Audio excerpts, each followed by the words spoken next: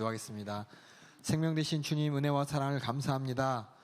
스스로 하나님의 뜻도 알 수 없고 하나님의 말씀을 들을 수도 없고 하나님을 찾아갈 수도 없어서 이 인생 그저 눈에 보이는 대로 또 내 몸이 원하는 대로 살다가 주님 앞에 죄인지도 모른 채 모든 죄를 범하고 이제 주님 앞에 서서 지옥 갈 수밖에 없는 우리에게 하나님의 목소리를 듣게 하여 주시고 아들 예수 그리스도의 피의 절규의 사랑을 우리가 경험하게 하여 주시고 또 성령의 인도 따라 아버지 하나님의 뜻을 함께 품고 내 안에 성령님이 나를 주장하여 주시사 하나님의 자녀로서 또 예수의 신부로서 신앙생활을 할 수 있도록 인도하신 주님 감사합니다. 이것이 모르는 사람들에게는 그런가 보다라고 하지만 알고 경험한 자들에게는 정말 이 세상에 가장 가치 있는 일이요, 내 인생에 빼앗길 수 없는 절대로 빼앗겨서는 안 되는 일입니다. 우리가 이러한 큰 은혜를 입었으니 주님 앞에 이 은혜 망각하지 않게 하여 주시고 우리 하나님의 그 사랑의 분량을 인생을 살아가며 또 말씀을 들으며 그 말씀에 순종하며 성령의 인도 따라 더 깊게 따라갈 수 있도록 더 깊게 경험할 수 있도록 인도하여 주시옵소서. 오늘도 우리가 하나님의 말씀을 듣고 또 말씀을 배웁니다. 이 모든 것들이 지식으로 남는 것이 아니라 이 지식이 성령님께서 감동하여 주시고 또 그 지식을 경험케 하여 주시사 나에게 실제가 되게 하여 주시고 우리 하나님의 마음을 알아 뜻을 알아 주님의 뜻을 이뤄가는 하나님께 영광 올려드리는 인생 살 수 있도록 인도하여 주시옵소서. 그렇게 주님께서 이 시간도 일하시고 역사하실 줄 믿사옵고 예수님의 이름으로 기도하옵나이다. 아멘. 예, 우리 지난 시간에 첫 시간하고 이제 오늘 두 번째 시간인데 오늘 처음 오신 분들을 위해서 잠깐 다시 안내 말씀드립니다. 예, 우리 조직신학 성경대학은 이번에 중간고사 있고요, 기말고사 있고요, 출석하셔야 되고요. 특별히 성경 암송 과제가 있습니다. 여러분들이 다 외우는 거를 전제로 해서 외우기 위해서 여러분이 만들어야 될 말씀 카드나 또 여러 가지 한번 적어보는 이렇게 말씀을 적고 정리하는 그런 것을 여러분이 저한테 기말고사 전까지 내주시면은 여러분들이 외웠구나라고 인정할 테니까는 성경 암송 과제는 직접 외우는 것이 아니라 외우기 위한 노력, 외우기 위한 말씀 카드를 만들고 외우기 위해서 한번 이렇게 쫙 정리한다든지 그렇게 해서 저한테 주시면 되고 또 저희가 이제 중간고사 기말고사 때 여러분에게 보여드린 요 암송 구절 요거 있죠, 앞뒤 있죠. 요거 중에서 가로 문제가 나올 거예요. 가로 문제가 중간고사 문제, 기말고사 문제가 아니라 따로 정말 외웠나 안 외웠나 확인하는 거니까 여러분들이 그때 닥쳐서 하지 마시고 일찍 오신 분들 한번 쭉 읽어보시고 내가 배웠던 내용 중에서 요 부분이 중요한 내용이라고 앞에서 강의를 했지라는 그 내용만 찾으시면 돼요. 내용 찾으셔서 하나씩 이렇게 찾으시면 되겠습니다. 오늘은 이제 2강 할 텐데 2강 하기 전에 지난 시간에 배웠던 1강 내용을 한번 복습하겠습니다. 여러분이 갖고 있는 교재에 보면은 매 강의 첫머리에 복습이라는 것이 있습니다. 복습. 이 복습을 제가 여러분한테 할 때 여러분 제가 질문으로 모든 이제 문제들이 모든 복습이 이루어집니다. 그럼 그 질문에 맞는 답을 여러분들이 생각하시면서 읽으시면 되겠습니다. 그럼 첫 번째 문제, 우리가 이번 학기에 배우는 과목이 조직신학입니다. 어떻게 보면 되게 어려울 것 같은데 이 조직신학이 뭔가 누가 물어본다면 이번에 조직신학 공부했어? 그럼 여러분들이 조직신학이 뭔데? 라고 물어보면 여러분이 뭐라고 대답해야 됩니까? 읽어보겠습니다. 시작.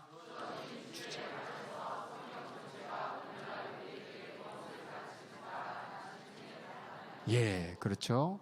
어떤 기도 아니면 마귀, 구원, 예수님, 또 예수님이 십자가에 달려 죽으신 사건, 부활, 여러 가지 내용에 대해서 성경이 어느 일부분이 아니라 성경 전체적으로 뭐라고 하는가. 왜냐하면 일부분만 알고 그것만 가지고 자기가 결론을 내버리면은 다른 내용들을 무시하면서 하나님의 진짜 마음을 알 수 없고 하나님의 진짜 성경을 통해서 우리에게 주시고자 하는 지식을 알 수 없기 때문에 전체적으로 봐야 됩니다. 그리고 그 누구에게, 바로 지금 오늘 우리에게 하나님께서 무엇이라고 하는지 우리가 성경을 보고 여러 구절을 찾아보면서 우리가 공부하게 되는 것이 바로 조직신학입니다. 신약은 신약 전반을, 구약은 구약 전반을, 조직신학은 전반적인 신약 구약이 아니라 어떤 주제에 관해서 각 구약 39권, 신약 27권, 그 안에 장장마다 1189장 그 모든 것을 살펴봤을 때 무슨 하나님께서는 어떤 의도로, 어떤 뜻으로, 어떤 말씀을 하셨나를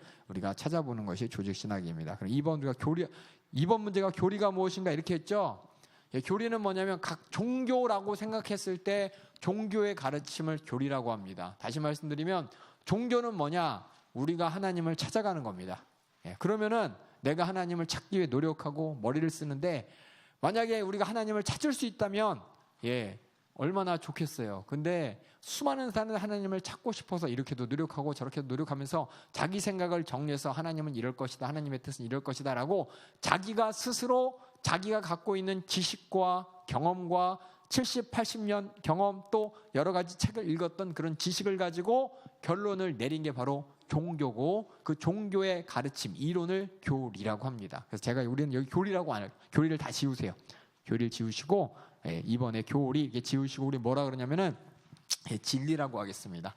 하나님 말씀의 진리. 그래서 조직신앙을 통해서 우리는 어떤 주제에 관한 하나님의 진리를 발견하는 것입니다. 왜냐? 하나님이 알려주셨기 때문에. 우리가 다시 이따 하겠지만은 가장 중요한 게 뭐냐? 우리 기독교라는 말도 좀 속성해. 우리 예수 믿는 사람, 또 성경을 통해서 하나님의 말씀을 듣는 사람이 다른 종교인하고 큰 차이점이 하나가 뭐냐면 우리는 하나님을 절대로 찾을 수가 없는데 하나님을 알 수도 없는데 하나님에 대해서 무슨 말씀하시는지 어떤 분인지 알 수도 없고 그냥 존재는 알지만 그분이 무슨 뜻을 가지고 창조하셨고 또 어떤 마음을 가지고 이 세상을 경영하시고 또 그래서 하나님께서 무슨 목적을 가지고 이 나를 만나주시는가 이거 할 때 내가 하는 게 아니라 하나님이 가르쳐 주셔야 되는 거예요. 다시 말해서 전적으로 우리가 아니라 하나님의 주도 아래서 우리는 하나님을 만나게 되는 것이고 하나님의 은혜를 경험하게 되는 것이고 하나님의 뜻을 찾아 순종하게 되는 것입니다. 우리가 순종하는 것은 순종의 기본 조건은 나보다 더 큰 하나님이시기 때문에 그런 것인데 그것이 그냥 조금 큰 게 아니라 완전하신 하나님으로서 인정하기 때문에 주님이라고 하는 겁니다. 그래서 우린 다시 말해서 교리, 종교의 이론이라고 안 쓰고 이제 수정할 거예요. 여러분 다 지우고 거기다 뭐냐면 진리라고 쓰시면 됩니다. 그래서 우리가 조직신앙을 통해서 에 대한 하나님의 뜻, 하나님의 진리를 찾는 것을 목적으로 하겠습니다. 무슨 말씀인지 알겠죠? 그러니까 교리는 뭐냐? 어느 교단에서 어디서 우리 교리는 이래 그러면 여러분들이 거기서 그렇게 말하지만은 우리는 교리라고 들으면 안 되고 성경을 통해서 하나님께서 어떤 말씀을 진리로 선포하셨는가 우리 진리를 찾는 것입니다. 진리는 우리 이 세상에서 사람이 찾을 수가 없어요. 하나님이 말씀하셔야지 그것이 진리가 되는 것이고 진리만 말씀하시고 그렇게 우리는 진리를 알 수 있는 겁니다. 스스로 알 수 있는 진리는 그냥 총 2 더하기 3 더하기 3 이런 거 이런 그냥 산술적이고 이런 그냥 우리 구원과 상관없는 그런 진리인데 우리 하나님께서 말씀하신 진리는 우리의 구원과 우리 인생의 목적과 인생의 가치와 연결되는 진리라는 걸 아시면서 이 교리라고 이거 지우세요. 아시겠죠? 시험을 낼 거예요. 그래서 교리 동그라미면 다 틀리는 겁니다. 답. 지금 알려드렸어요. 한 문제. 아시겠죠? 조직신학에 대해서 딱 하면서 조직신학의 답은 바로 교리입니다. 라고 하면 땡 틀리는 거예요. 알았죠? 분명히 말씀드렸습니다. 그 다음에 3번 우리 예수 믿는 사람들 기독교인 우리 예수 믿는 사람들은 왜 조직신학을 공부해야 됩니까? 나 공부 안 해도 되는데 라는 생각하시는 분들이 있을 거예요. 그렇죠? 여기 있는 분 말고 다른 분들은 다 기도하시기 때문에 조직신학 안 배워도 되나? 그게 아니라 우리가 성경을 우리 설교 말씀을 통해서 우리가 성경 전체에서 말씀하시는 기도가 무엇인지 또 성경 전체에서 말씀하는 전도를 왜 해야 되는지 성경 전체에서 하시는 구원의 가치가 무엇인지를 우리 설교를 통해 듣고 있지만 이번에 특별히 이번 조직신학이라는 어떤 과목명 하에서 설교는 그때그때 내가 필요한 말씀을 하나님이 주시는 거고 이거는 그 모든 거를 한번 상황을 상관없이 그냥 주제별로 쫙 정리하는 게 이 조직신학입니다. 조직신학을 왜 공부해야 됩니까? 우리 한번 읽어보겠습니다. 시작. 성경 전체가 말하는 것을 우리가 다른 사람들의 가르침으로 지상명령의 2번째 명령을 준행하도록 하기 위함. 자, 우리가 조직신학을 공부하는 이유가 뭐라고요? 첫 번째 명령이 뭐였습니까? 제자 삼아라였죠?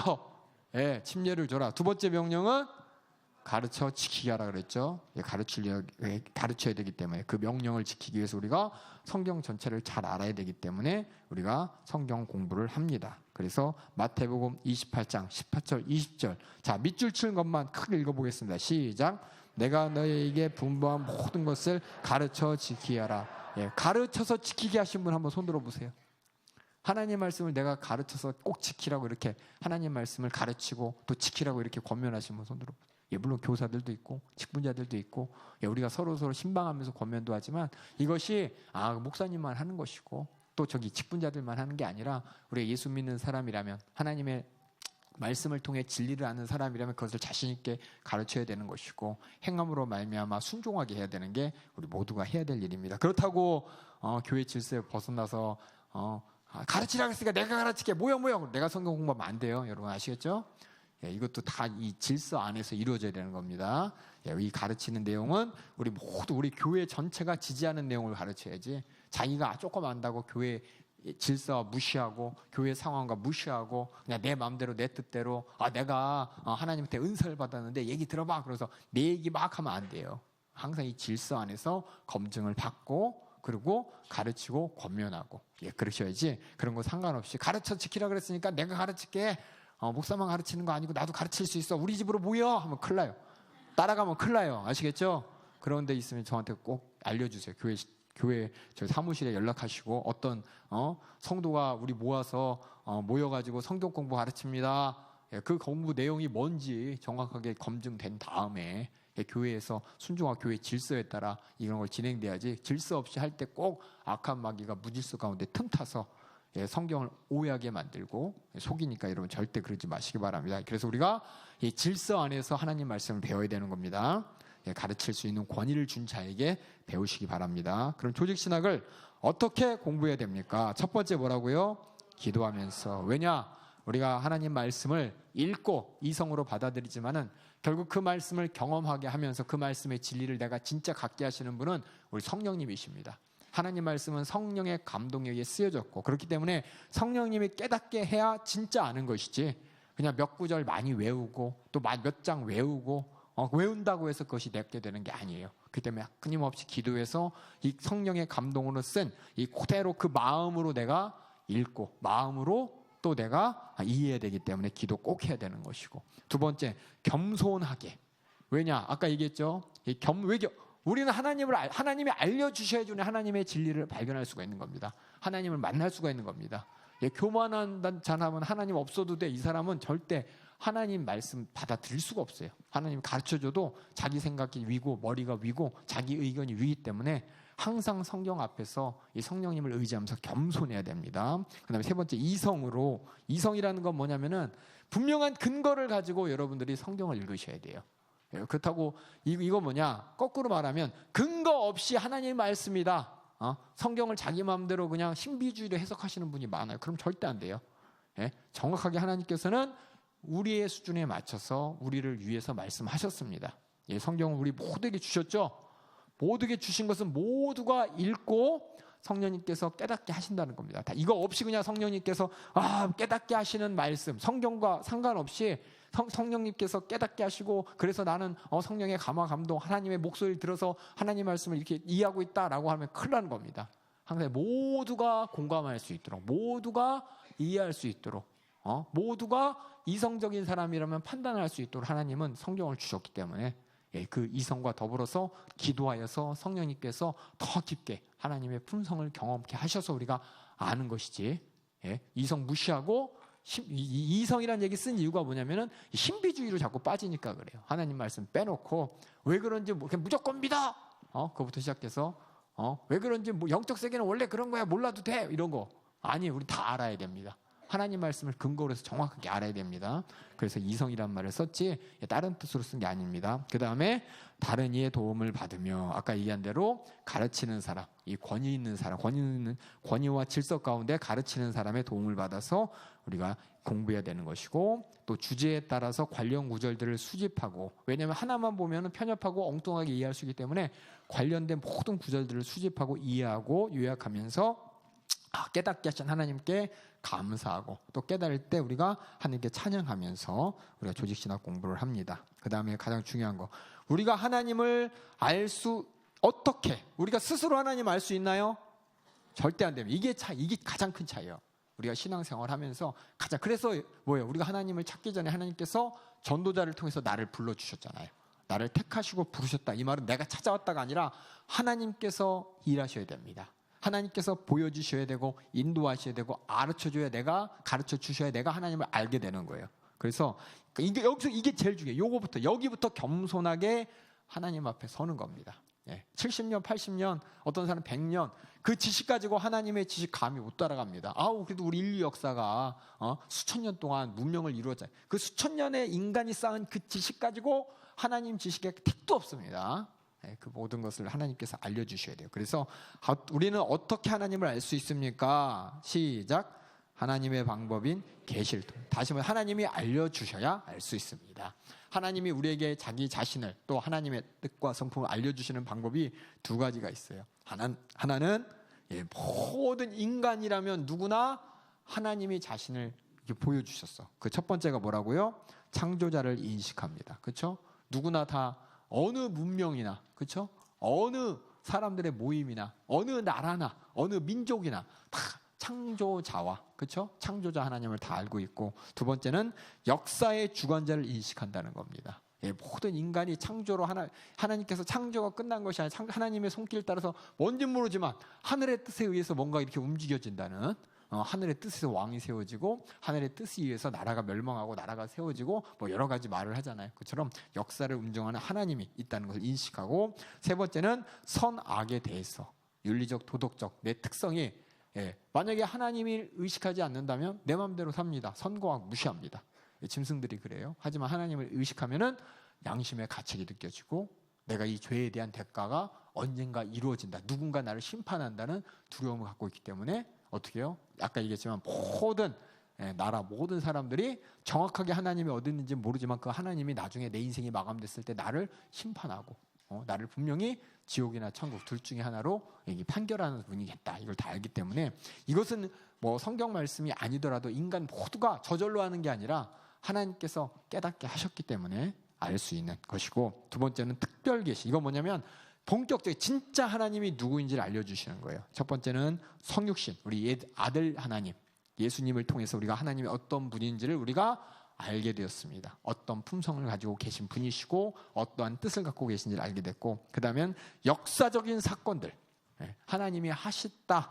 선지자를 통해서 또 예수님을 통해서 사도들을 통해서 일어났던, 또 오늘날도 성령의 역사로 나타나는 하나님의 주권 아래서 하나님 예수의 이름으로 하나님의 명예 가운데 일어나는 사건들을 보면서 참 하나님을 우리가 알 수 있게 되는 것이고, 가장 우리 모든 사람에게 주어진 하나님이 자신을 계시한 방법이 성경, 하나님 말씀이 있기 때문에 하나님 우리가 분명하게 알 수가 있는 것입니다. 이게 이제 지난 시간에 배운 것이고, 오늘은 뭐냐? 특별히 성경에 대해서 오늘 함께 공부하도록 하겠습니다. 오늘 성경에 대해서 서론 그리고 4가지 특징에 대해서 말할 텐데, 이 성경이 하나님의 말씀이라고 우린 다 믿어요, 그렇죠? 근데 이걸 어떻게 설명할까? 이거 하나님 말씀이라는 걸, 이게 정말 하나님의 말씀이라는 걸 설명할 수 있어야 돼요. 성경 하나님 말씀이다. 너네는 이슬람은 그 코란에 있잖아. 우리는 성경 있어. 그렇게 하면 안 돼요. 그렇게 하면. 그게 아니라 이 성경 자체가 어떻게 하나님 말씀인지 우리가 알기 위해서 먼저 하나님의 말씀에 대해서 여러분이 이해를 해야 돼요. 여기 하나님의 말씀, 대표적으로 성경이라고 썼지만은 이 하나님의 말씀이 도대체 뭔가 많은 사람이 오해하는 게 있습니다. 가장 큰 오해가 뭐냐면 하나님의 말씀은 기록돼서 십계명처럼 하라 하지 마라 명령으로 된 율법이 하나님의 말씀이지, 하나님의 말씀이 하나님의 뜻을 기록해서 누구나 다 알 수 있도록 얘기한 게 하나님의 말씀이지 라고 하는데, 거기가 끝이 아니에요. 하나님의 말씀을 그럼 하시는데, 하나님은 우리에게 어떻게 의사소통, 다시 말해서 자기 자신을 나타내셨는지 하나님의 말씀에 성경에서 얘기하는 이것이 하나님의 말씀이다 라고 했던, 하나님의 말씀이라고 했던 게 뭐가 있는지 한번 하나님의 말씀의 의미를, 똑같이 하나님의 말씀인 건 다 알아요. 6글자 하나님의 말씀 알아요. 근데 다 틀려, 이해하는 거는. 무슨 말이냐면 우리가 사랑이라는 거 있죠. 제가 항상 저희 담임 목사님들하고 설교할 때 사랑에 대해서 설명할 때 똑같이 사랑이란 2글자예요. 그렇죠? 근데 그 사랑이 남녀 간의 사랑, 부모와 자식 간의 사랑, 더 나아가서 어떤 세상에서는 동성애끼리의 사랑, 어떤 사람과의 관계인데, 감정인데, 그게 다 틀린데 사랑이라는 단어로 쓰잖아요. 마찬가지로 하나님의 말씀이라는 게 똑같이 하나님의 말씀이라고 하지만 여러 가지 각각 사람마다 이해하는 범위가 틀린데 성경에서는 그럼 어떤 것들을 하나님의 말씀이라고 했나? A번 볼게요. A번.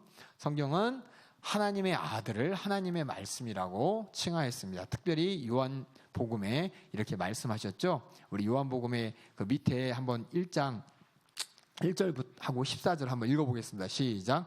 태초에 말씀이 계시니라. 이 말씀이 하나님과 함께 계셨으니 이 말씀은 하나님이시라.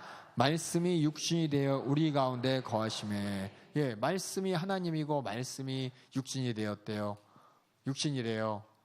우리가 알고 있는 수학적인, 그렇죠? 수학적인, 제가 물리학과라서 그래요. 예. 수학적인 개념은 이해가 안 가는 거예요. 하나님이 말씀? 이 말하고 하나님하고 어떻게 같을 수가 있고, 이 말하고 예수님하고 말씀하고 예수님하고 어떻게 같을 수가 있어?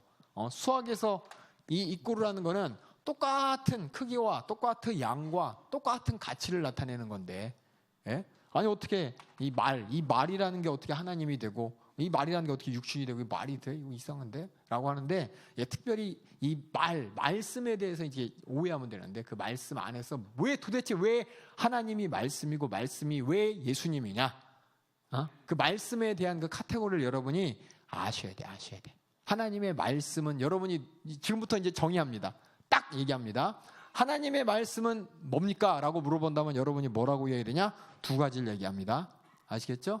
하나님의 말씀은 하나님께서 그 말씀을 통해 우리에게 뭘 알려주는 거예요?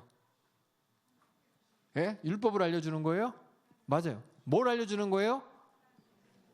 두 가지. 여기 가로로 제가 썼죠. 첫 번째는 뭐라고요? 하나님의 뜻. 두 번째는요? 품성. 이게 중요해요. 이게. 대부분 사람들이 하나님의 품성을 싹 빼버려요. 예? 말만 해. 하나님의 뜻만 알면 돼. 하나님의 뜻은 봐봐. 하나님의 뜻이 먹으면 정령 죽으리라고 했잖아. 하나님의 뜻은 우리가 죄 지으면 죽는 게 하나님 뜻이야. 그게 하나님 뜻이야. 죄에 져서 죽는 게 하나님 뜻이야. 이 말 들으면 여러분은 어떻게 들어요? 하나님은 죽는 거 이렇게 보는 거 이렇게 보고 계시는 분이구나. 죄 지면 이렇게 죽이시는 분이구나. 이렇게 아시잖아요. 그렇죠? 그게 아니에요. 그 말 속에 있는 하나님의 품성을 나타내야 돼. 여러 번 여러분이 담임 목사님 통해서 설교를 통해 들었지만, 예, 아담에게 선악과 먹으면 정령 죽으리라 했을 때 먹으면 죽는다는 뜻도 있지만 하나님의 품성이 그 얘기를 왜 했습니까? 먹으라고요? 먹지 말라는 뜻이죠. 먹지 말라. 먹으면 안 되는, 다시 말해서 아담을 향한 하나님의 사랑의 품성이 뭐냐? 먹으면 죽어. 그렇죠? 글자로 써 있으니까 잘 보죠. 먹으면 죽으리라 이렇게 돼 있죠. 만약 그 안에 하나님의 품성이, 성품이 목소리 떨림과 감정까지 다 넣어서 야 먹으면 정말 죽어! 그러면은 듣는 사람들이 먹지 말란 얘기구나 이렇게 알 거 아니에요. 그렇죠? 마찬가지로 하나님의 말씀을 우리가 들을 때 제일 중요한 게 뭐냐면은 뜻, 의미, 뭐 사전적 의미와 정의 뭐 요것만 보면 안 되고 하나님의 그 심정을 알아야 돼. 품성을. 그래서 이 성경을 읽을 때도, 우리가 율법을 읽을 때도, 또 예수님이 하신 말씀을 읽을 때도, 심지어는 요한계시록을 읽을 때도 그냥 읽어. 그래서 666이 뭐야? 하나님의 뜻만 물어보는 거예요. 그 얘기를 한 하나님의 진짜 마음과 어떤 품성에서 그 말씀을 하셨냐, 여기까지 알아야 진짜 하나님의 말씀인 거예요. 알았죠? 예, 그러니까 이게 대부분이 자기 머리로 하나님을 찾아보겠다는 사람들. 저도 그랬으니까 조직신학 공부할 때, 조직신학 석사 할 때 저도 그렇게 했으니까. 그냥 수학처럼 이꼬르 빼기 나누기 논리적으로 3단론법, 원론법, 뭐 변증법 해갖고 이렇게 찾아가서 하면 되겠지라고 하는데 그게 아닌 거예요. 하나님의 말씀은. 세상의 모든 말들은, 세상의 모든 문장과 법조문들은 그냥 그런 감정 없이 딱딱딱 써 있지만 하나님의 모든 말씀은 하나님의 뜻과 더불어 하나님의 품성, 성품, 인격 여러 가지 단어가 있어요. 하나님이 누구인지를 말씀하고 계십니다. 그걸 나타내고 있다는 걸 보셔야 돼요. 그래서 요한복음 14장 9절에 예수님께서 뭐라 그랬냐? 아버지를 보여주시옵소서. 하나님을 보여주세요. 그랬더니 예수님께서 나를 본 자는 아버지를 보았거늘. 이 말이 뭐냐면 내 인격, 내 성품, 내가 하는 이 모든 인격과 내가 누구인지, 그냥 사람인지 말고 내가 어떤 사람인지, 어떤 인격을 가지고 성품을 가졌는지 이걸 보면 아버지의 인품과 성품과 아버지의 뜻도 다 알 수 있어 라는 말이 바로 이 뜻이거든요. 무슨 말인지 알겠죠? 그러니까 우리 연세중학교에 감사한 게 뭐냐면은 우리가 하나님 말씀을 설교를 통해 들을 때 서서 저도 맨날 제가 못하죠. 오늘도 혼났어요. 애절하지 못하다고. 애가 절여야 되는데 애가 절이지 못해가지고 저도 참 기도 많이 해야 되는. 기도해야 됩니다. 기도 많이가 아니고 진심으로 해야 되는데 이 담임 목사님 설교는 정말 하나님의 심정을 그대로 나타내잖아요. 하나님의 마음을 그대로 나타내잖아요. 때로는 막 눈물을 흘리시고 때로는 그냥 타이르기도 하시고 때로는 막 안 된다고 하시고 때로는 막 혼내기도 하시고 그러면서 그렇죠? 그게 뭐냐 다 우리 성도들을 사랑하는 하나님의 심정을 이렇게 나타내잖아요. 이런 강단 만난 게 정말 여러분 복입니다. 복. 이 복을 여러분들이 절대 뺏기지 마시고 그런 복을 받았으니 여러분도 그렇게 영혼 섬기시고 그렇게 신앙생활 하나님 앞에 해야 됩니다. 그래서 아버지를 봤다 14장 9절 외모가 아니에요. 나를 본 자는 아버지를 봤다. 하나님 예수님 하나님은 그럼 머리가 눈썹이 그렇게 생기셨나요? 머리가 그렇게 생기셨나요? 키가 그만한가요? 그거 얘기한 게 아니잖아요. 그렇죠? 그러니까 이 하나님의 말씀 다시 말해 예수님을 통해서 나타내 예수님을 말씀이다라고 했을 때 예수님을 통해 나타난 다시 말해서 하나님의 말씀으로 나타낼 두 가지가 있는데 하나는 뭐라고요? 하나님의 뜻 또 하나는요 성품, 품성, 인격 여러 가지 단어들 여러분 잘 보시고 이게 뭐냐? 하나님의 말씀. 그래서 예수님을 하나님의 말씀이라고 할 수 있는 게 예수님을 통해서 하나님의 뜻이 나타나고 예수님을 통해서 하나님이 어떤 품성을 나타내시는지 정확하게 나타내셨기 때문에 아들을 십자가에 죽이기까지 그 사랑이 넘쳐나시는 분, 풍성하신 분, 우리 상상력과 우리의 한계를 초월하시는 분, 감동 받을 수밖에 없는 우리 하나님의 그 사랑을 우리 예수님을 통해 알 수 있기 때문에 예수님이 바로 누구라고요? 하나님의 말씀이라고 할 수가 있는 겁니다. 이해 가시죠? 그러니까 여기 있는 분들은 하나님 말씀 그럼 성경, 십계명 이렇게 생각하면 안 되고 하나님의 말씀의 뜻과 더불어서 하나님의 성품까지 인격까지 아셔야 됩니다. 두 번째는 하나님의 말씀 그러면 우리가 성경에서 가장 자주 듣는 말 바로 하나님이 표시한 말 하나님이 표시한 말입니다. 그래서 하나님께서는 말씀을 통해서 천지를 창조하시고 말씀으로 이 세계를 유지하십니다. 어떻게요? 하나님께서 빛이 있으라, 그렇죠? 그 말을 이렇게 딱 표현을 딱 하니까 그 말의 의미가 딱 표시되니까 빛이 딱 있고, 그렇죠? 있으라 하니까 딱 있는 이걸 이제 우리가 또 하나님의 말씀이라고 합니다. 그리고 하나님께서 또 어떤 거 개인적으로 하신 말씀도 있어요, 그렇죠? 아담에게 아담아, 네가 어디 있느냐, 그렇죠? 이것도 하나님의 말씀이죠. 근데 이거 말씀만 이고 그래서 창조의 첫 부분에 아담에게도 명령하시고 아담과 하와가 타락한 후에는 저주의 말씀도 하시고 십계명도 직접 주시면서 말씀하시고 신약에서는 예수님께서 침례를 받을 때 위에서 이는 내 사랑하는 아들이요 기뻐하는 자라도 하나님 이렇게 표시를 했습니다.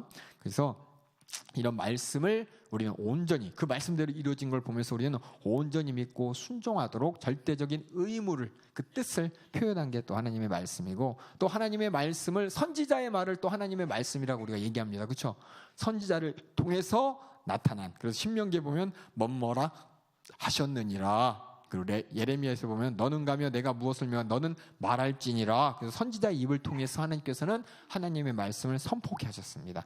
또 예레미야 1장 9절에 내가 내 말을 내 입에 두었노라 하지만 하나님의 말씀을 이렇게 선포할 때 그게 하나님 말인데 하나님 말이 아닌데 하나님 말씀이다 이렇게 거짓하는 자에게는 엄한 벌을 받는다고 에스겔서와 신명기에 분명히 얘기했습니다. 그리고 하나님의 말씀 하나님이 표시하신 하나님의 말씀 중에 가장 일반적이고 가장 중요한 게 바로 성경 말씀입니다. 이 성경이 말씀 하나님께서 이렇게 기록돼서 성문화가 뭐냐면은 이렇게 문장으로 딱 만들어 가지고 더 이상 바꾸지 못하도록 딱 기록한 걸 성문화라 그럽니다. 우리가 말을 이렇게 입으로 전하면 어떻게 돼요? 하나님의 말씀이지만 전할 때마다 바뀌어지잖아요, 그렇죠? 저번에도 말씀드렸지만 여기서 뭐 저 두 친구가 예를 들어서 여기 있는 분이 그걸 본 거야. 뭘 봤냐면은 제가 이제 어떤 학생한테 뭘 이렇게 툭 쳤어요. 귀여워서. 야, 그럼 어떻게 탁 쳤어요? 이분이 이제 옆 사람한테 그때 목사님이 그 학생이 이렇게 치더라고. 그때 뒤에 갔더니 그 목사님이 그 학생을 막 때리더라고.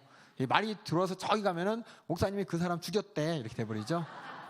이게 뭐냐면 이 말은 기록되지 않고 말은 전해지고 전해질 때 꼭 이상하게 의도하지 않게 듣는 사람이 또 말하는 사람이 그대로 안전해져요. 그렇기 때문에 하나님께서는 이렇게 성문화해서 성경을 기록하셔서 정말 어느 시대든지 변치 않고 하나님의 뜻을 찾아올 수 있도록 이렇게 기록하신 이 하나님의 말씀입니다. 성문화라 그래요. 그렇게 하나님께서 성경을 통해서 기록돼서 이것이 뭐냐? 계속해서 전해지면서 하나님의 말씀이 영원히 끝까지 인간이 있는 한, 기록된 이 책이 있는 한은 계속해서 전해지는 것이고 믿을 수가 있는 것이고 누구든지 접근할 수가 있는 것입니다. 그래서 신명기 31장 12절 13절 내용처럼 다음 세대를 위해서 하나님의 말씀이 더 정확하게 보존되었습니다. 말씀의 깊이가 이해를 더 할 수 있게 되고 확실히 순종할 수 있게 되고 가장 중요한 더 많은 사람들이 볼 수 있죠. 뭐 역사에서는 구텐베르크가 인쇄의 기술을 발견한 이후에 성경이 많이 보급돼 가지고 수많은 사람이 읽게 되었다 이렇게 얘기했잖아요. 근데 이 성경이 수많은 사람이 읽지 못했을 때 어떤 일이 일어났냐는지는 우리는 서양사에 보면 중세 천주교의 역사를 보면 알게 됩니다. 천주교 그 교주들이나 신부들도 성경을 제대로 아는 사람이 없었어요. 그 당시에. 여러분들이 가끔 영화 보면 탁발승 나오는데 뭐 수도원에 있는 승 나오는데 그들이 성경을 읽을래야 읽을 수가 없어요. 왜냐 성경이 그 수도승에 한 권 있어. 한 권. 다 못 읽어요. 다 못 읽고 누가 읽냐? 그 수도 원장이나 아니면 그 천주교에 있는 교회의 교주라든지 그 책임지고 있는 그 신부만 딱 읽고 나머지는 성경책이 없으니까 다 듣기만 하죠. 듣기만 하니까 그 말씀을 가지고 자기 마음대로 해석하는 사람도 많고 자기 마음대로 이해하는 사람도 많고 자기 원하는 대로 막 변형해갖고 다른 뜻으로 사용하는 사람도 많고 근데 이렇게 기록돼서 오늘날은 우리 모두가 하나님 말씀을 다 누구든지 볼 수가 있고 처음부터 끝까지 안 봐서 그렇지 보기만 하면 다 할 수가 있습니다. 여러분들이 보면 돼요. 그래서 저희가 신약 할 때 또 구약할 때 여러분 성경을 꼭 읽으라고 한 이유가 뭐냐면은 오늘 이 조직신학을 하기 위해서는 구약도 읽고 신약도 읽고 한번 쭉 읽어봐서 성경에 그런 말이 있었구나라는 정도 그 내용이 있었구나는 알고 이제 시작을 하셔야 돼요. 어떤 분들은 아직 조직신학 그냥 오신 분들이 있는데 그분들도 다음에 구약 신약 들으시고 다시 한번 들으세요. 다시 한번 들으시면 더 확실해지고 더 구체적이 되니까는 여러분 이 주제별로 하는 게 그냥 쪽집게 과외하듯이 성경에 대해서 쪽집게 이렇게 앉아서 들으면 좋은 거니까 들으면 좋겠지라고 그냥 앉아만 있으면 안 되는 것이고 이미 한번 보신 분들이 와야지 더 좋은 거예요. 그렇다고 나 안 봤으니까 갈게요 하지 마시고 들으시면서 꼭 읽고 다시 들어야겠다라고 생각하시고 들으시기 바라겠습니다. 그래서 이렇게 하나님의 말씀 그러면 하나님의 뜻과 성품을 나타내는데 예수님이 말씀으로써 하나님의 뜻과 성품을 나타내신 하나님의 말씀이고 또 하나님이 발설하신 하나님의 목소리와 하나님의 뜻, 선지자의 말, 또 하나님이 직접 하신 말, 또 여러 가지 이렇게 구체화 성문화된 성경이 하나님의 말씀이고 또 오늘날은 우리에게 하나님의 뜻과 하나님의 마음을 또 우리의 다급한 사정을 해결해 주게 하시는 설교, 이 설교도 하나님의 말씀이라고 우리가 얘기합니다. 그래서 부활하신 우리 주님께 사명받은 우리 사도들이 하나님의 말씀을 충실히 선포해서 이 복음을 전했습니다. 그래서 데살로니가 후서 2장 13절 14절에 이런 말이 나와요. 이를 위하여 우리 복음으로 너희를 부르사 바로 하나님 말씀으로 너희를 불렀다는 뜻입니다. 복음이. 그리고 그게 뭐냐면 설교. 이 복음이 뭐냐면 설교죠. 우리 복음으로 그 얘기는 성경이 기록되기 전에 사도들이 복음을 전했던 건 다 뭐예요? 기록된 게 아니고 성령께 감화 감동받아서 했던 설교 말씀이잖아요. 그렇죠? 그 설교, 그 하나님의 말씀으로 너희를 불렀다. 그래서 바울 서신을 보면 하나님의 말씀, 주님의 말씀 이런 표현을 하는데 뭘 그러냐? 설교를 하나님의 말씀이다. 설교를 주님의 말씀이다. 이렇게 직접적으로 표현했기 때문에 오늘날 설교도 하나님의 말씀이라고 우리가 얘기할 수가 있습니다. 그리고 그리스도 안에서 하나님께서 스스로 낮아지셔서 우리 육신을 입은 것처럼 설교의 말씀은 성령께서 스스로 낮아지셔서 이 말은 뭐냐면 우리 수준에 맞춰서 우리의 상황에 따라서 상황에 다가오셔서 말씀하십니다. 그래서 하나님의 말씀은 이해하려면 이해하고 말라면 말아 무조건 믿어 무조건 따라와 너 그냥 해 그게 아니라 정말 그렇게 무조건 믿을 수밖에 없는 하나님이고 이해할 수 없는 하나님이지만 하나님께서는 말씀을 통해 이 세 가지 예수님을 통해 성경을 통해 설교를 통해 자세히 자신의 뜻을 우리가 알아들을 수 있도록 순종해야 되는 이유와 순종하면 안 되는 그 사정을 다 자세히 내 사정 맞춰서 얘기하셨기 때문에 우리가 믿을 수가 있는 것이고 그래서 우리의 믿음이 되는 것입니다. 그래서 이렇게 하나님의 말씀 하나님 말씀 두 가지 뭐하고 뭐라고요? 하나님의 뜻과 하나님의 품성. 하나님과 뜻과 품성을 나타낼 때 여러분들에게 알라면 알고 말라면 말아가 아니라 정확하게 알려주신 거예요. 알려면 어떻게 돼야 돼요? 눈높이를 낮춰주셔야지. 예, 저번에도 저도 여러 번 설교 말씀드렸지만은, 예, 우리 집에 1번, 2번, 3번, 4번이 있잖아요. 그렇죠? 4번은 1번한테 1번의 수준에 맞게 얘기할 때 인격적으로 알아먹어요. 알아듣고. 그 말을 4번한테 하면 4번이 못 알아들어. 이렇게 하고 있어요. 그래서 그 수준에 맞춰서 얘기를 해야 돼요. 예, 저번에 말씀드린 저도 자꾸 한 얘기 또 하고 한 얘기 또 하는데, 예, 우리 아가들이 손톱을 이렇게 뜯어먹어요. 예, 그리고 손톱을 뜯어먹는데 이거에 대해서 4번한테 얘기하는 거, 2번한테 얘기하는 거, 1번한테 얘기하는 거 다 틀려요.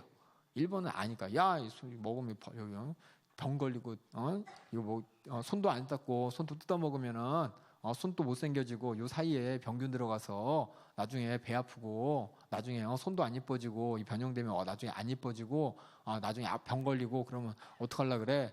뜯어먹지 마. 딱 얘기를 하죠. 얘기 안 되면 어떻게 해요? 외면하고. 4번한테 뭐라 그러냐? 여기 벌레가 많이 있어가지고, 네가 눈에 안 보이는 조그만 벌레들이 네가 손가락 뜯어먹을 때 뱃속에 들어가지고, 뱃속에서 자라나가 배가 커져가지고 배가 아야해가지고 나중에 응갑구멍으로 이렇게 꿈틀꿈틀 나온단 말이야. 이렇게 설명을 해주죠. 그게 뭐냐면 이제 손톱 뜯어먹지 말라는 얘기를 4번한테는 4번의 수준에 맞게, 위의 수준에 맞게 이렇게 얘기를 하는 것처럼, 우리 하나님께서는 예수님을 이 땅에 보내신 것도 우리 수준에 맞춰서 하나님께서 하나님의 뜻을 모르는 게 아니라 확실히 알 수 있도록, 하나님이 어떤 분인지를 확실히 알 수 있도록 알려주신 것이고, 오늘날도 이 설교를 통해서 하나님께서 우리 지금 다급한 우리의 사정에 맞춰서 우리의 목소리에, 우리 수준에 맞게 말씀하시는 것이고, 또 우리 수준을 우리가 이해할 수 있는 하나님의 품성과 인격을 나타내는 것이 바로 하나님의 말씀인 것입니다. 그럼 복습 한번 볼게요. 간단한 복습. 자, 하나님의 말씀. 자, 하나님의 말씀을 세 가지 한번 얘기해 보십니다. 하나님의 말씀은 하나님의 뜻과 품성을 나타내는 걸 목적으로 하는데, 세 가지. 첫 번째는 뭐요? 뒤에 있는 가로만 읽겠습니다. 첫 번째는 뭐요?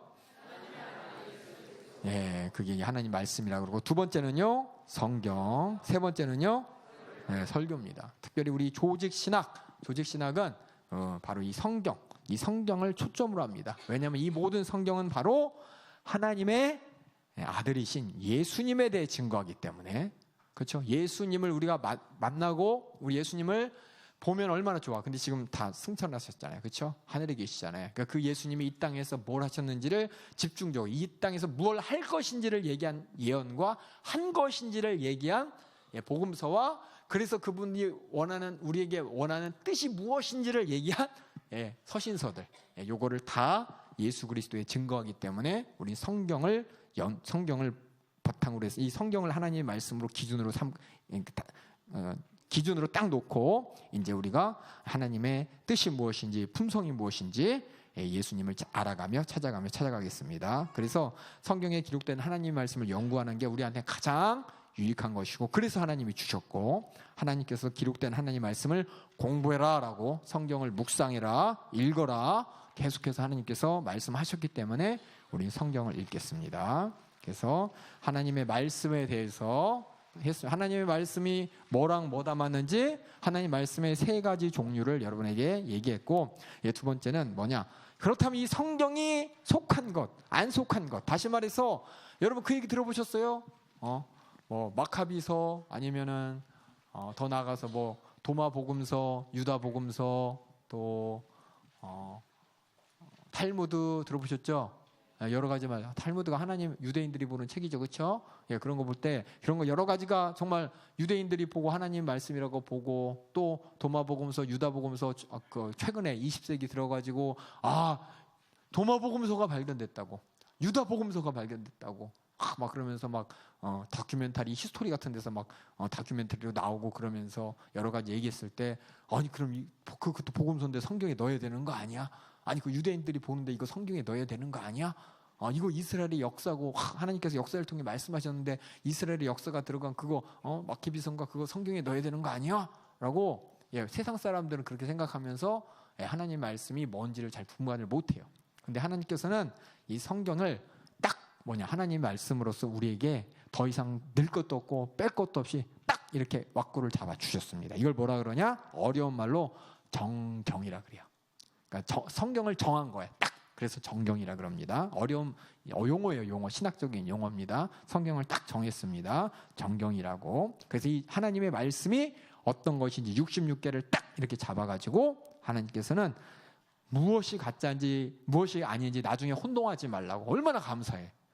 만약에 하나님의 말씀이 구약 지나서 신약 지나서 요한계시록이 딱 안 끝나고 그 뒤에 다른 사람들이 막 하나님 말씀을 또 적고 또 적고 또 적고 또 적고 그러면 이 성경이 엄청 두꺼워질 뿐만 아니라 또 앞으로도 또 들어갈 거 생각하면은 어떻게 하나님 말씀을 다 알아야 되지 막 헷갈리고 힘들고 또 가짜가 들어갈 수도 있고 막 힘들 텐데 정말 우리 시대에 감사한 건 하나님께서 이렇게 딱 우리가 딱 알을 더도 아니고 덜도 아니고 정확하게 하나님께서 자신의 뜻이 뭔지 품성인지를 충분히 정확하게 이렇게 나타내셨기 때문에 우리한테 참 은혜인 것입니다. 그러니까 이걸 잘 보셔야 돼요. 이거 이 얘기하려고 이 얘기. 그래서 이 성경 말씀이 누가 물어봐요? 여러분들한테 그랬어. 세상 사람들이. 아니 성경이 66권인데 천주교 거기 성경 보면 더 많이 있던데 여기 마카비서인가 뭔가도 있고 다큐멘터리 보면 도마복음서, 유다복음서, 복음서라 그래서 딴 복음서도 있다는데 여기 너네 복음서 4개인데 딴 데 더 있대. 그럼 이거 어떻게 넣어야지? 그것만 거기서는 그렇게 얘기하던데 어떻게 이해해야 돼? 막 이렇게 물어보는 사람이 있어요. 여러분한테 물어보는 사람 없었겠지만은 저는 이게 보면 이제 막 궁금하고 막 이거 어떻게 된 거야? 막 혼자 스스로 혼란에 빠질 때가 있었거든요. 근데 성경에서는 하나님께서 딱 주신 거 외에는 절대로 더하지 말고 덜하지 말라 그랬습니다. 그래서 신명기 4장 2절에 가감하지 말고 내가 너에게 명하는 하나님 말씀 여호와의 명령을 지켜라. 딱 하니까는 뭐냐? 가감 안 하고 모세 오경만 하나님 말씀이라고 딱 붙잡은 사람이 누구냐? 사두개인입니다. 사두개인이에요. 그 사람들이 이 얘기를 듣고 모세 오경만 하나님의 말씀이라고 딱 믿는 사람이 유대인 중에 사두개인이고 그 뒤에 하나님께서는 역사를 통해서 또 선지서를 통해서 또 지혜서를 통해서 하나님의 말씀을 만들어 두시고 예수님 오시기 전에 구약의 39권을 딱 만들어 두셨어요. 역사 가운데. 그거를 이제 읽도록 하겠습니다. 그래서 그렇다면은 신약, 구약 39권, 27권, 구약 39권, 신약 27권 이렇게 돼 있는데 그렇다면 이게 언제 이렇게 딱 정해졌냐? 어떻게 정해졌냐? 정해질 수 있는 기준이 뭐냐? 어떻게 우리가 그걸 확신할 수 있느냐라고 한다면은 맨 처음에 성경은 십계명을 통해서 하나님의 말씀이 선포되고 그 이후에 모세를 통해서 모세 오경이 딱 정해지고 그 이후에 여호수아를 통해서 또 선지자를 통해서 하나하나 그리고 말라기까지 딱 전해진 다음에 하나님의 말씀이 선지자가 더 이상 없어서 딱 중단되었습니다. 그 중단된 그 이전 말라기까지 우리가 딱 정하는데 어떻게 말라기 이전에 39권을 구약의 하나님 말씀으로 이해할 수 있냐? 혹시 다른 선지자가 있을 수도 있고 말라기 이후에 어떤 선지자가 나왔지 않았냐라고 물어볼 사람도 있을 거예요. 세상에서는. 근데 그게 아니라 그 기준이 그냥 사람이 정한 게 아니라 예수님이 언급한 성경 구절, 신약의 사도들이 언급한 성경 구절, 그리고 그 당시에 유대인들이 대부분 다 동의했던 성경, 그게 전부 다 39권이다 딱. 그래서 예수님도 그 39권에 관해서는 하나님 말씀이라고 인정했고 그 사도들도 그 39권에 관해서는 인용을 하죠. 우리가 신약 성경 보면 구약의 말씀을 많이 인용을 하잖아요. 그렇죠? 인용했던 게 다 구약에 있습니다. 그리고 그 당시에 유대인들, 메시아를 기다렸던 유대인들이 하나님의 섭리 가운데 구약 39권을 딱 인정했기 때문에 여러분 우리가 그냥 우겨서 되는 게 아니라 요새 예수님도 신약 성경의 저자들 사도들도 그 당시에 하나님 말씀을 연구하고 하나님 말씀을 묵상했던 그 유대인들도 딱 인정했던 것이 39권이 모두가 동의했어. 딱 거기서 한 권 가지고 이거 빼고 넣자 그런 거 없이 요 39권만큼은 모두가 성경인 것을 인정한 증거가 확실히 있기 때문에 구약이 39권인 것을 여러분이 아시면 되고 신약은 27권으로 어떻게 딱 정해졌냐? 사도들이 기록했습니다. 사도가 누굽니까? 보혜사, 성령으로부터 예수님의 생애 행정을 정확하게 기억해서 다음 세대를 위해 바로 읽고 해석할 수 있도록 능력받은 사람들인 이 사도가 기록했기 때문에 예수님의 제자들과 예수님으로부터 직접 말씀을 듣고 말씀을 경험하고 또 초대교회에서 성령 충만하게 이적과 역사를 나타냈던 하나님 말씀 복음을 전했던 그런 사람들에 의해서 기록됐기 때문에 이렇게 신약 성경 27권을 딱 정할 수가 있습니다. 사도 시대에 사도 때 사도들은 구약 시대 선지자 같은 권위로서 베드로후서 3장 2절에 보면 너희 사도들로 말미암아 명하신 것을 베드로가 그랬어요. 베드로가 너희 사도들 예수님의 그 복음을 전했던 예수님한테 직접 배웠던 제자들과 예수님을 직접적으로 알고 성령 충만한 그 믿을 수 있는 그 사도들이 얘기한 거 있죠. 그거 너 정확하게 기억해. 그거 명령이야. 기억해라고 베드로가 그랬어요. 베드로가 예수님의 수제자고 천국 열쇠를 받았다고 하는 그 천국 열쇠를 되게 중요했던 예수님의 가장 수제자인 베드로가 그렇게 바로 사도들을 명한 것이 바로 하나님 말씀이다라고 콕 집었기 때문에 그리고 이 사도들을 속인 사건 아나니아와 삽비라 사건 있죠. 사도들을 속인 것은 바로 성령을 속인 것이고 하나님을 속인 것입니다. 그 때문에 사도들이 그들이 잘나서가 아니라 하나님이 그런 권위를 주셔서 그들이 입술을 통해서 하나님 말씀을 선포했기 때문에 사도들이 쓴 모든 서신서, 사도 쓴 것 중에서도 특별히 하나님 복음에 관한 이 서신서들을 다 신약 성경 안에 집어넣습니다. 이 모든 말씀은 어떻게 구약 말씀과 동일한 권위, 구약의 권위, 구약이 하나님 말씀의 권위와 그 서신서들 있죠. 복음서와 서신서들의 권위가 똑같다고 성경에서 베드로가 그랬어요. 그래서 바울의 모든 서신서 하나님 말씀이다라고 베드로가 그래서 바울의 서신서들을 성경에 집어넣은 것이고 또 처음에 신약의 기록이 일부만 받아들였지만 나중에 요한계시록까지 딱 받아들여지면서 이 모든 것들이 하나님 말씀으로서 인정되고 또 지금도 인정되었습니다. 그래서 구약이 딱 39권이라는 객관적인 증거는 예수님이 선지자들이 또 당시 유대인들이 인정한 것이고 신약 27권이 딱 하나님 말씀이라고 인정한 것은 사도들이 인정했기 때문에 사도가 썼기 때문에 또 그것을 사도들끼리 인정했기 때문에 27권을 우리가 하나님 말씀으로 읽습니다. 그래서 기준이 뭐냐? 사도가 승인했어요. 다시 말해서 사도들이 하나님 말씀이라고 언급했고 또 다른 성경 말씀과 일관성이 있습니다. 아까 얘기했지만 유다복음서, 도마복음서 여러분들이 왜 성경에 안 들어가요? 거기에는 다른 복음서에서 예수님을 아까 하나님 말씀이 하나님의 뜻과 하나님의 품성이라고 그랬죠. 다른 뜻이 나타나고 다른 품성이 나타나기 때문에 아예 안 들어와 있습니다. 나중에 여러분들이 궁금하시면 한번 읽어보세요. 사복음서는 마태복음, 마가복음, 누가복음, 요한복음은 한 예수님을 전혀 서로 부닥치는 거 없이 전혀 부닥치고 모순되는 거 없이 그 예수님을 정확하게 설명하는데 혹시 누가 유다복음서 복음서 그럼 그 한번 여러분들 읽어보시라고 해요. 그러면 사복음서하고 다른 예수님이 나타나요. 다른 예수님이. 우리 예수님께서는 마귀를 멸하러 오셨고 우리를 죄에서 저주에서 구원하러 오셨죠. 그 예수님이 아닌 어떤 인본주의적 예수님, 어떤 윤리적인 예수님, 도덕적인 예수님을 설명하는 게 유다복음서 또 도마복음서의 내용이 있기 때문에 공자나 석가의 가르침 같은 그런 가르침을 중심으로 한 내용만 써 있는 복음서가 있기 때문에 그거는 성경에 들어가지 않는 겁니다. 그러니까는 이걸 전제하고 이렇게 봐야 되는데 그냥 복음서는 무조건 하나님 말씀이라고 먼저 머리에 딱 꽂힌 다음에 보면은 예수님께서도 이렇게도 말씀하셨네, 석가처럼 말했네, 공자처럼 말했네. 그 가르침이 중요하죠. 중요하지만은 진짜 하나님의 예수님을 통해서 나타내고자 하는 뜻은 죄와 저주와 마귀와 지옥에서 우리를 건져내기 위해서 이 죄값을 해결하기 위해 예수님을 보내셨잖아요. 그렇죠? 이게 중요한데 다른 복음서는 이 내용이 없어요. 그래서 성경 안에 없는 것이고 당연히 없는 것이고 성령의 감동에 의해서 쓰여진 게 절대 아닌 것이고 그 당시에 그냥 막연하게 어떤 사람이 자기 생각 적어놓고서 예수님에 대해 자기 생각 적어놓은 책일 뿐입니다. 절대 성경이 아닌 겁니다. 그래서 다른 성경과 일관성이 있어야 되고 그 당시에 대부분 성도들, 구약이 대부분 유대인들이 인정했듯이 대부분 초대교회 성도들이 하나님 말씀을 인식할 수 있고 지금도 우리도 하나님의 말씀을 일관성 있게 인식할 수 있기 때문에 신약 27권, 구약 39권 이렇게 딱 되어 있는 겁니다. 그럼 어떤 사람이 물어보겠죠. 그럼 앞으로도 여기 첨가될까요?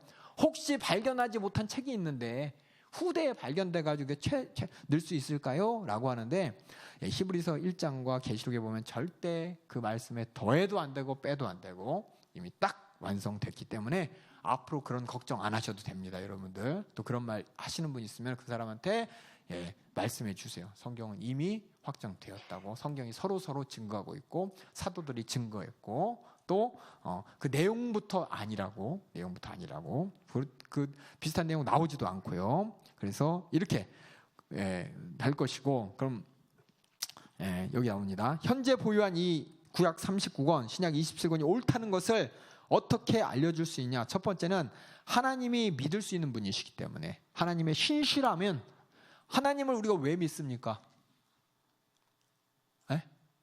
하나님은 우리보다 우리를 더 잘 아세요. 나이가 모르는 걸 하나님은 더 잘 아시고, 내가 앞으로 어떤 판단을 내릴지도 더 잘 아십니다. 그렇기 때문에 하나님께서는 자기 자신을 공개할 때 확실하게 공개하셨어요. 애매하게 공개 안 하셨어요. 만약에 성경을 계속 이렇게 붙여진다고 생각해봐요. 그럼 하나님의 모습이 딱 있는 게 아니고 해가 지나갈수록 새로운 성경책이 더해질수록 하나님의 모습이 점점 더 많아지는 이상한데, 그럼 내가 어디까지 하나님을 믿어야 되고 헷갈릴 거 아니에요. 하나님이 진짜 신실하시고 우리에게 믿음을 주시기 위한 하나님인데 하나님이 그렇게 할까요? 아니에요. 이성적으로 생각할 때도 하나님께서 그렇게 열려놓고 요것만 봐. 내가 100년 있다 이만큼 더 보여주고, 그 다음에 이만큼 보여주고, 이렇게 보여주고, 이렇게 할게. 이게 아니라 예수님을 통해서 확실하게 다 나타내셨어요. 그래서 우리의 믿음이 되는 거예요. 그래서 신약 성경 66권이 정말 하나님의 신실하심에 근거했을 때, 그 하나님이 우리를 상대하시는 그 온전한 모습, 우리가 다 모든 걸 다 예수를 통해서 다 보여주셨기 때문에 더 이상 하나님께서 다른 모습을 추가로 보여주겠다. 그럼 내가 알고 있는 게 아니네. 그 세대가 지나고 다음 세대 사람들이 저 사람들은 잘 몰랐네 이렇게 얘기할 거 아니에요. 그럼 우리의 믿음이 될 수 없잖아요. 그래서 하나님께서는 신실하신 그 내용을 안 읽어본 사람이 그래요. 성경 안 읽어본 사람이 꼭 그래요. 성경 읽어보면은 정말 온전한 하나님을 알 수 있습니다. 그리고 계시록 22장 18절 19절 아까 얘기했듯이 하나님 말씀에 가감하는 자에게는 형벌이 있다고, 심판이 있다고 했기 때문에 하나님이 이렇게나 뭐예요? 딱 정확하게 다 보여주셨어요. 뺄 것도 없이 더할 것도 없이. 그 다음에 성경이 정경이 만들어지고 보존된 이것이 뭐냐? 우리는 그냥 성경에 안 나와 있지만 이게 다 뭐냐? 하나님의 역사입니다. 하나님의 섭리입니다. 구속의 섭리입니다. 아까 얘기했듯이 이것이 계속 더해진다면 우리는 하나님의 우리를 구원한 그 구속의 역사가 100%인지 99%인지 98%인지 앞으로 더 있어야 될지 말아야 될지 헷갈릴 거예요. 근데 이미 하나님께서는 예수님을 통해서 완성하셨기 때문에 더 이상 더할 것이 없다는 것이 바로 우리가 믿을 수 있는 근거고, 그래서 그것이 이제 객관적인 근거고, 더 나아가서는 우리 스스로 성경을 읽으면서 이 성경이 정말 하나님 말씀이다라는 것을 기도하면서 성령님께서 깨닫게 하시기 때문입니다. 어떻게 보면 이건 참 주관적이고 다른 사람은 몰라요. 하지만 경험한 사람은 압니다. 경험하고 하나님을 의지하는 사람, 확실히 믿는 사람은 성령님께서 읽을 때마다 새롭게 아니고 더 온전하게, 완전하게 깨닫게 하시고 더 하나님을 알게 하십니다. 그리고 우리가 갖고 있는 수많은 역사적 자료들, 그래서 뭐가 필요하냐면 역사학자, 고고학자들이 이럴 때 참 도움이 됩니다. 고고학자들이 여러 성경을 발견하고 여러 가지 하나님의 역사를 발견할 때 더 이상 더해지지가 않아요. 그 모든 말씀이 한 개만 있는 게 아니라 성경이 수백 개가 있어요. 마태복음만 해도 쓴 글자가 하나만 있으면 이게 진짜인지 가짜인지 모르겠는데, 이걸 카피해가지고 그 초대교인들이 막 나눠가지고 많이 갖고 있어갖고 마태복음 그 사본이라 그래가지고 그때 이렇게 마태가 쓴 게 아니라 그 초대교회에 봤던 그 마태복음 28장 맞죠? 그것이 몇백 권이 있어요. 몇십 권이 있어요. 그래서 다 갖고서 비교해 보니까 똑같아. 그 말은 뭐냐면 이거 확실한 거구나 알 수 있죠. 한 권만 있다면 이거 맞는지 안 맞는지 헷갈리잖아요. 혹시 다른 게 탁 나타나서 다른 얘기하면은 이거 아니었네라고 할 뻔했는데, 이 성경은 참 사본이 되게 많아요. 사본이 되게 많아. 다 똑같아. 한 말 하나도 안 틀리고 다 똑같은 내용을 다루고 있기 때문에 우리가 믿을 수가 있습니다. 이게 바로 이제 역사적인 자료고, 그래서 우리가 소유하고 우리 갖고 있는 이 성경책 정해진 성경책 구약 39권, 신약 27권, 여기서 빼야 될 거, 더해야 될 거 있나요, 없나요? 없습니다. 아시겠죠? 제가 설명한 게 그냥 여러분들이 그냥 그런가 보다가 아니라 객관적으로 조금만 더 이성적으로 생각해 보면 확실한 것이고, 또 기도하면서 성령님께서 감화 감동 주실 때 그 내용 자체가 정말 하나님의 품성과 하나님의 뜻을 정확하게 완전하게 알려주시기 때문에 성경은 정확하게 지금 딱 닫혀 있습니다. 밑에 보겠습니다. 잠깐 볼게요. 구약을 어떻게 우리가 39권이 딱 39권만 하나님 말씀인 걸 믿을 수 있겠습니까? 읽어보겠습니다. 시작. 예수님과 신약 성경의 저자들 당시 유대인들의 생각에 구약의 정정성에 대해서 전적으로 동의했습니다. 구약 39권에 대해서 예수님도 39권, 사도들도 39권, 그 당시 유대인들도 하나님 말씀을 지키겠다고 했던 유대인들도 39권에 대해서는 다 동의했기 때문에 그 사건을 통해서 그것만 보더라도 알 수 있고, 신약은 어떻게 우리가 동의할 수 있습니까? 시작. 사도들이 승인했고 다른 성경과 일관성이 있고 대부분 성도들이 하나님의 말씀으로 기록된 것을 인식했습니다. 그때도 지금도. 그 다음에 그래서 그 밖에 하나님의 신실하심, 우리가 믿을 수 있는 하나님, 그렇죠? 하나님이 우리에게 믿음을 주시기 위해서 우리 헷갈리게 안 하시는 분이에요. 이것이 이제 우리의 이 성경 30권이 딱 됐다는 걸 믿을 수가 있고, 또 성령의 역사로 성령의 감동으로 쓰여진 책이 성령께서 깨닫게 하실 때 더 확실히 알 수 있고, 또 역사적인 자료를 봤을 때 구약 39권, 신약 27권이 확신하다고 고고학자들의 도움으로 우리가 알 수가 있는 것입니다. 그래서 질문 두 번째까지 했어요. 이제 세 번째 거 보겠습니다. 자, 그렇다면 이 성경이 이게 수많은 저자들, 40여 명의 저자들이 1600년 동안 쭉 쓰여진 이 성경이 어떻게 수많은 저자들이 썼는데 하나님의 말씀이라고 우리가 인정합니까? 그냥 목사님이 그러니까, 안 믿으면 안 될 것 같으니까, 이 성경에 하나님의 말씀을 믿지 않으면 안 된다 그러니까 그냥 어쩔 수 없이 믿어서가 아니라, 이 성경은 하나님의 말씀으로서의 권위를 갖고 있습니다. 하나님의 말씀으로서 이 권세 있는 위치를 갖고 있는데, 이것을 우리가 어떻게 인정할 수 있느냐? 이 말씀 안에, 여기 보면 여기 뭐라고 써? 네 가지가 있죠. 네 가지. 성경에 있는 모든 말씀은 하나님 말씀입니다. 그러면서 네 가지 1번, 2번, 3번, 4번 이렇게 썼죠. 그러니까 어떤 사람이 야, 그거 하나님 말씀인 줄 어떻게 알아? 40명의 저자들이 썼다며, 1600년 동안 썼다며, 사람들이 쓴 거 이렇게 조잡해갖고 이렇게 묶어놓고서 그냥 하는 거 아니야? 라고 말하는 사람이 있을 수도 있어요. 근데 우리 자신 있게 아니야, 이 성경은 하나님의 말씀인 게 분명해 라고 하면서 그 이유를 설명하는 게 이쪽입니다. 쭉. 그래서 성경에 있는 모든 말씀이 하나님 말씀입니다. 첫 번째로 성경은 하나님의 말씀을 내증합니다. 요 안에서 스스로 증거합니다. 스스로 하나님의 말씀이, 여호와의 말씀이, 그렇죠? 하나님의 입으로 나오는 모든 말씀이라고 하면서 계속해서 하나님의 말씀인 것을 내증하고 있고, 또 사도가 베드로가 바울의 모든 서신이 바로 하나님의 권위와 똑같은 권위가 있다는 것을 말했고, 예수님도 뭐라 그랬어요? 구약의 모든 말씀을 성경이라고 하셨습니다. 그래서 또 예수님의 모든 말씀이 성경과 같은 위치에 있다고 디모데라는 사도가 또 얘기했고요. 그래서 성경 안에서 스스로 이것은 하나님의 말씀이다라고 안에서 얘기하고 있고, 그래서 신약 저자들이 자신의 글을 하나님의 말씀이라고 생각한 다른 증거가 있습니까? 물어본다면 서로 주님의 명령이라고 했어요. 이 편지가 주님의 명령이다. 이는 주의 명령이 예수님께서 생전에 가르친 적이 없지만, 예수님께서 직접 가르친 입에서 나온 말은 아니지만, 그들 사도를 통해서 예수님의 말씀과 동등된 권위가 있다는 성령의 감화. 왜냐하면 보혜사 성령님께서 오셔서 모든 것을 알려준다고 예수님이 약속하셨잖아요. 그 성령에 의해서 그 사도들이 한 얘기, 모든 이 편지들, 또 하나님의 말씀이 하나님의 말씀인 것을 이 성경 이 안에서 얘기하고 있고, 이 안에서, 그럼 그 안에서 자기들끼리 얘기하는 거 아니야? 라고 한다면 두 번째로 성경을 읽으면 성경이 하나님의 말씀이라는 주장에 확신을 갖게 됩니다. 읽어봐야 돼요. 읽고 기도하면서 읽을 때 성령님께서 깨닫게 하십니다. 바울은 그의 사도적 교훈은 성령의 가르치심으로 된 것이다 라고 얘기한 다음에 영적으로야 분별함이니라 라고 했습니다. 그래서 성경을 읽으면서 성경을 통해 말씀하시는 하나님의 음성을 또한 우리가 들을 수가 있습니다. 근데 안 읽으니까 문제는 안 읽어서 그런 겁니다. 여러분이 읽으시면 됩니다. 겸손하게 기도하시면서 하나님이 나에게 내 수준에 맞춰서 얘기하셨구나라고 생각하시면서 읽으시면 되는데, 다 그렇게 안 읽어서 모르는 거예요. 그다음에 다른 증거들이 뭐냐? 성경 내적으로 일관성. 신기합니다. 어떻게 40명이 1600년 동안 썼는데 앞부터 뒤까지 어떻게 일관성이 있어요? 여러분 대하 소설 있잖아요. 대하 삼국지, 그렇죠? 삼국지 한 사람이 썼죠. 한 사람이 썼는데 불구하고 내가 그 역사를 정리했죠. 그렇죠? 역사를 정리하면 삼국지를 썼는데 그게 그냥 읽으면서 많은 사람들이 야 정말 대단하다. 섹스피어의 그 모든 소설들을 보면서 야 대단하다. 우리나라에도 뭐 어느 분이 쓴 토지라뇨 태백산맥 그런 거 있잖아요. 막 수십 권짜리 소설들.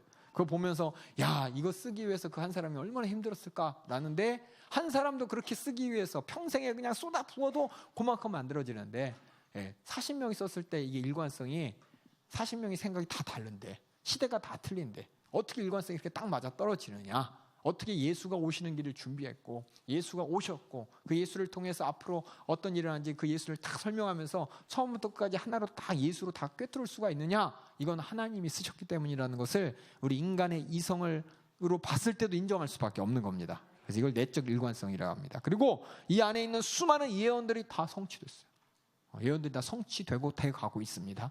그래서 텔레비에서 어떤 유명한 연예인인데 그 연예인이 막 성경을 막 입에 침을 튀면서 막 하나님의 말씀인 걸 증거하는데 자기가 성경에 있는 모든 예언을 다 찾아봤대. 그리고 그것을 이루어졌는지 다 확인해 봤대. 그때 다 이루어진 게 다 맞으니까는 부인할 수가 없겠대. 그래서 자기는 성경이 하나님 말씀인 거를 인정할 수밖에 없다고 막 이 침을 튀어가면서 막 설명을 하더라고요. 그게 뭐냐? 일반적인 세상 사람들도 이 역사적인 이 세계의 역사와 성경에서 이루어진 예언을 비교해 봤을 때 정말 부인할 수 없는 이 예언의 성취가 확실히 하나님의 말씀인 것을 증거하고 있다는 겁니다. 그리고 이 성경은 또 수많은 사람들을 구원했고 삶을 변화시켰습니다. 이 성경을 통해서 정말 특히 이제 우리가 선국도 봤지만 선국도 보고 그렇지만은 정말 세상 말로 인간 말종이고 정말 어딜 봐도 정말 구원받을 가치도 없고 그런 사람들이 감옥에서 성경 봤을 때 그 안에서 하나님의 음성을 듣고 하나님의 마음을 깨닫게 되고 자기가 죄인인 걸 깨닫게 되고 회개하는 모습을 그게 그냥 한 명 어쩌다 한 명 있었나 보다가 아니라 아주 많이 일어납니다. 이런 걸 바라볼 때 이 성경은 정말 하나님의 말씀의 능력이 그런 강팍한 사람들, 변치 않는 사람들의 마음까지도 변화시키는 것을 이렇게 보게 될 때 정말 성경이 분명 하나님의 말씀인 것이 확실하다고 할 수 있습니다. 그리고 성경 말씀은 또 스스로 증거합니다. 이성, 논리, 역사적 거기에 성경에서 역사적으로 봐봐 하나님 말씀 맞잖아. 너희가 이성적으로 판단해봐 하나님 말씀 맞잖아. 이 과학적인 모든 것을 봐봐 맞잖아라고 하나님의 말씀은 스스로 이 세상의 것하고 이렇게 증거 안 해요. 하나님께서 이렇게 눈을 낮춰주셔서 우리에게 말씀하시지만은 하나님의 권위만큼은 땅에 떨어지지 않습니다. 그 안에서 너희 오히려 뭐냐 성경을 읽으면 읽을수록 나는 이 정도밖에 몰라서 그 이상을 모르는구나라고 깨닫게 돼요. 이따 나중에 여기 또 하겠지만은 정말 우리가 하나님 말씀 가운데 이해가 안 가는 부분이 있어요. 그거는 내가 몰라서 그러니까 하나님이 무식해서 내가 모르는 것이 아니라 내가 무식해서 모르는 겁니다. 우리 아멘 하지만은 이게 그냥 그랬으면 좋겠어서 아멘이야. 진짜예요, 진짜. 그래서 공부 많이 한 사람 공부 많이? 진짜 막 그 이어령 씨 같은 경우 있잖아요. 이어령 씨 누군지 아시죠? 그분 같은 경우에도 말년에 성경 통해서 예수님 믿게 되고 자기가 얼마나 자기 그 학문을 그렇게 쌓고 그만한 위치에 있는데도 불구하고 하나님의 말씀이 진리인 것이지 내가 깨닫지 못하는 부분이 있어 그렇지 하나님의 말씀이 분명히 진리라는 것을 많은 부분 동의하고 또 예수 믿게 되었다는 것. 또 그 밖에도 많은 정말 공부 많이 한 학자들이라든지 세상의 뭐 권위자들 이 지식이 충만한 사람들도 인생 막판에 자기는 다 안다고 생각하는 그 한계 가운데 넘지 못하는 그 부분을 하나님 말씀을 보면서 내가 몰라서 그렇구나. 하나님 말씀이 다 맞는데 그 수준에 내가 도달하지 못해서 하나님 말씀을 이해하지 못할 뿐이지 하나님 말씀은 진리라는 걸 다 얘기하는 사람이 아주 많이 있습니다. 그래서 이렇게 성경은 스스로 증거를 하는 것이고 그래서 성경 말씀을 불신하고 불순종하는 것 이것은 바로 하나님의 뜻 바로 하나님을 불신하고 불순종하는 겁니다. 그래서 성경을 하나님 말씀으로 인정할 때 여기서 하나님을 인정하게 되는 거지 하나님은 인정하지만 성경은 인정하지 않는다라는 사람은 하나님도 인정하지 않는 것이고 하나님께 불순종하는 것입니다. 세 번째 성경의 진정성 모든 말씀이 우리가 믿을 수 있다는 겁니다. 아까 얘기했지만은 믿을 수 있습니다.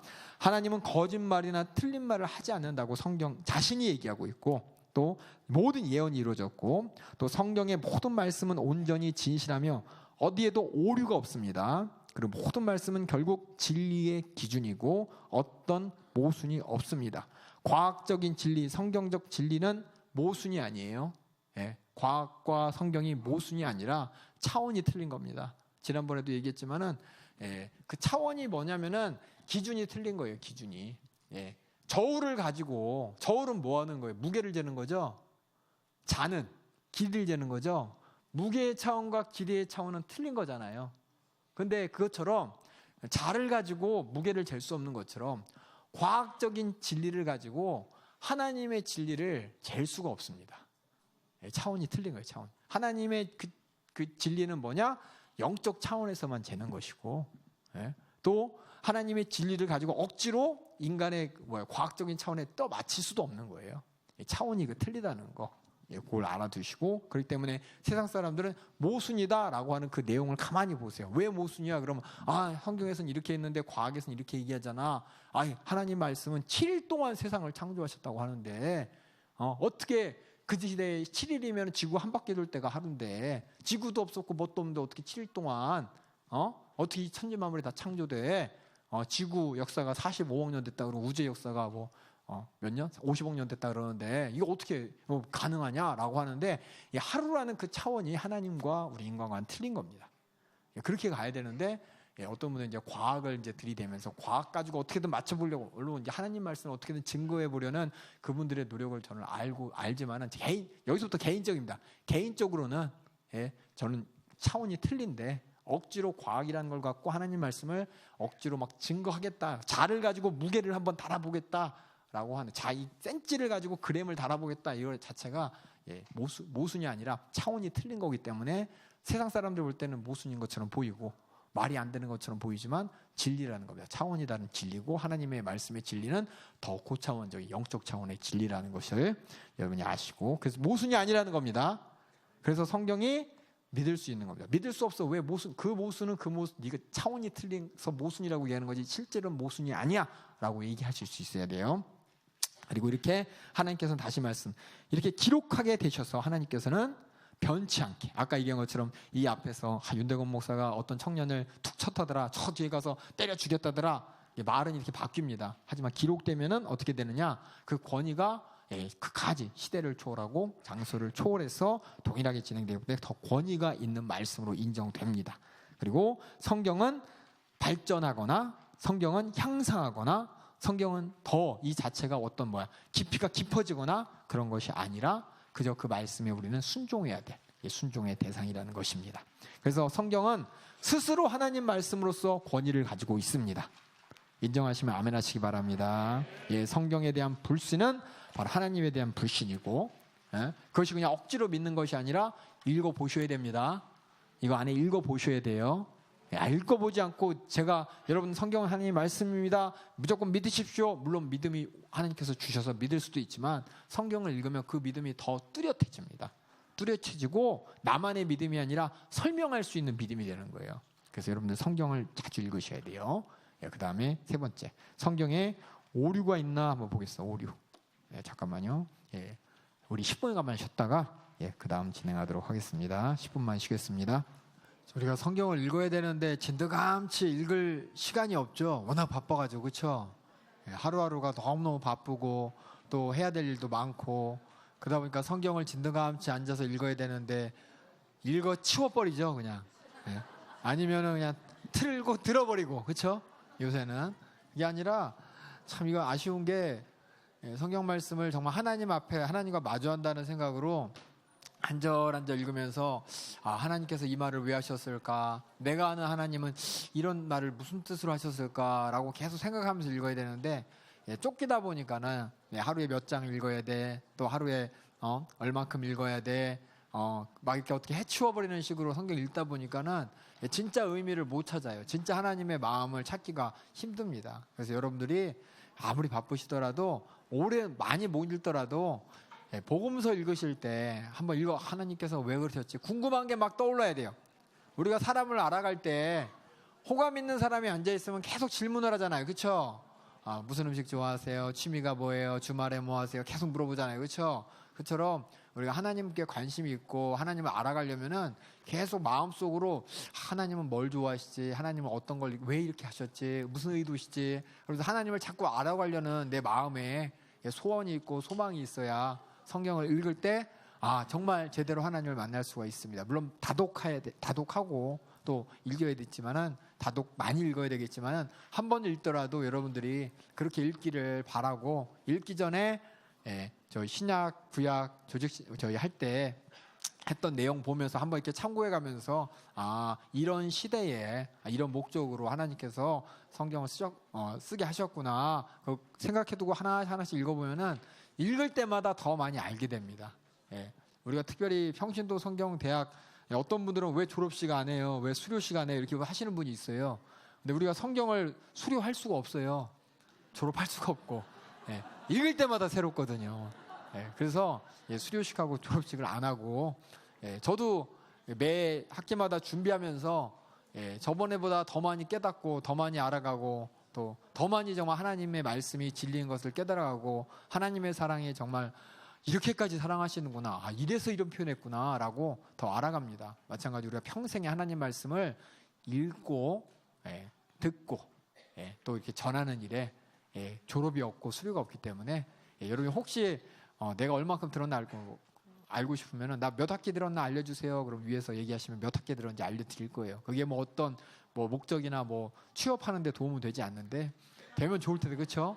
평신도 성경대학 몇 학기 수료하면은 취업 가사점 붙고 그러면 좋을 텐데 그런 게 아니지만은 여러분의 믿음을 위해서 들을 수 있을 때 많이 들으시고, 특별히 유튜브에 보면은 저번 학기부터 이렇게 올렸어요. 제가 그래가지고 유튜브 치시고 성경대학 치면은 저희 성경대학 나와요. 나는 또 다른 교회에서 하는 성경대학도 있는데 우리 성경대학 올라와 있거든요. 쪼개가지고 짧게 끄는 것도 있고 또 요번 학기 통째로 이렇게 며칠 뒤에 올리고 있으니까 여러분들이 쭉 한번 들어보시고 읽어보시고 계속해서 하나님 말씀 어떻게 읽나 해보세요. 알았죠? 그래서 하나님 말씀은 읽으셔야 돼. 정말 너무 바빠, 그렇죠? 어떤 분들은 목사님이 읽어서 설명해 주세요. 그런데 그러지 마시고 우리 손에 이게 하나님 주셨잖아요, 그렇죠? 목사님만 준 게 아니라 우리 모두 다 읽어야 됩니다. 그럼 3번 보겠습니다. 3번. 성경에 이렇게 권위 있는 말씀인데 권위 있는 이 말씀이 혹시 그 안에 어떤 사람이 읽었는데 이거 이상한 내용이 있는데요, 권위가 있는데 왜 이렇게 이 얘기했다 저 얘기했다 똑같은 얘기를 일관성 있게 해야 일관성이 없나요? 라고 물어보는 사람이 있어요. 그래서 이 성경 이거 오류 난 거 아닙니까? 이게 잘못 쓰여진 거 많은 것 같은데요. 그런 경우가 있어요. 근데 성경은 오류가 없습니다. 그걸 무오성이라 그래요. 다른 말로 오류가 없다. 그래서 성경 원문은 사실과 반대는 어떤 것도, 다시 말해서 하나님의 진리와 반대되는 어떤 것도 부닥치는 게 없고 주장하지 않습니다. 언제나 진실만을 말하며 그것이 성경이 말하는 모든 것은 언제나 진정성이 있습니다. 그럼에도 불구하고 문제가 되는 게 있어요. 문제가 되는 게 뭐냐? 바로 과학적인 또 역사적인 사건에 대해서 숫자가 좀 틀릴 수가 있어요. 숫자가 틀릴 수 있고 또 자연적 현상을 표현할 때 인간의 언어 한계 때문에 표현하지 못하는 것들이 있습니다. 우리 인간의 언어라는 것이 우리가 그냥 말하니까는 다른 피조물에 비해서 우리의 언어라는 게 엄청난 능력이 있는 것 같고 엄청난 모든 것을 다 의사소통할 수 있는 것 같지만은 의사소통이 안 돼요. 그래서 거식이란 말이 있는 거예요. 명확하게 말이 안 되니까 거시기가 있잖아요. 거시기했어 이렇게 얘기하는 게 이 언어의 표현이 있는데 표현하고 싶은데 표현할 마땅한 단어가 없는 거예요.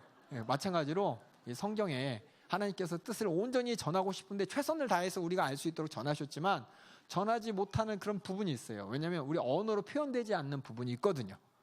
하나님께서 구약의 말씀에 우리 하나님께서 너희 백성들을 사랑한다고 긍휼히 여긴다고 얘기했습니다. 긍휼과 사랑의 정도가 어느 정도인지 구약의 백성들은 몰랐어요. 언제 알았냐? 예수님 오셨을 때 하고 안 거예요. 그 사랑을. 마찬가지로 우리가 아는 언어는 하나님의 깊은 진리와 사랑과 하나님의 성품을 그냥 우리 수준에서 아는 건데 확실히 알아야 될 겁니다. 우리 수준 이상인데 그 이상이 어디까지인지 몰라요. 근데 언어로 표현하다 보니까 우리한테 그렇게밖에 표현할 수 없다는 거.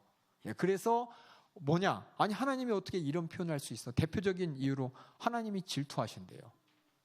질투는 좋은 거예요, 나쁜 거예요? 우리는 다 나쁜 거로 알고 있잖아요. 근데 성경에서 하나님은 질투하신대요. 그럼 하나님은 이런 질투, 죄를 범하시네? 미워하시네? 미워하면 살인이라는데 하나님 우리를 주시려 그러네? 그게 아니라 그 단어를 통해서 하나님의 속상한 마음, 우리를 향해 사랑하는 마음을 표현하다 보니까 그 언어를 쓴 거잖아요. 마찬가지로 성경에 있는 모든 언어들을 여러분이 보실 때 인간의 언어의 한계를 인식하시고, 그럼에도 불구하고 하나님이 자신의 심정과 마음을 표현하였다, 이렇게 봐야지 맞는 거지. 아니 어떻게 이렇게 표현할 수가 있어 라고 한다면은 우리가 하나님을 오해하는 겁니다. 성경 자체는, 그러니까 성경의 수준을 인간의 수준으로 보지 마시고 하나님의 수준에서 하나님이 우리의 수준에 맞췄다 인정하시면 그 무호가 무호로 보이는 것이 아니라 애타는 하나님의 품성과 성품으로 나타납니다. 그럼에도 불구하고 성경은 무호하면서, 그래서 자유로운 여러 가지 인용들을 또 표현할 수가 있습니다. 성경은 일반적이 아니고 특이한 어구가 있다고 해서 그것이 무호다, 이상하다라고 생각하시면 절대 안 되는 겁니다. 아시겠죠? 제가 질투라는 단어 썼죠?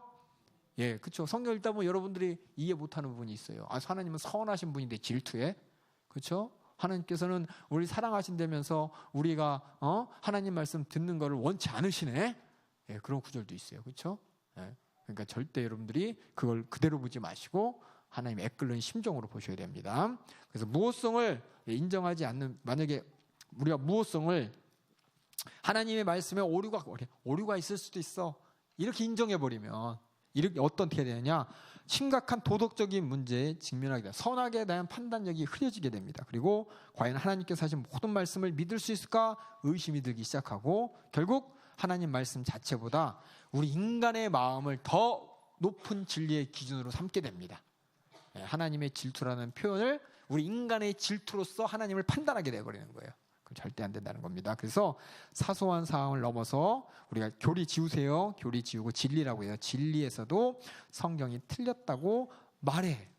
우리가 하나님의 말씀이 틀렸다 이렇게 말할 수 있어. 만약 우리가 하나님의 오류했다 그러면 결국 하나님은 틀렸다라고 말해야 된단 말이에요.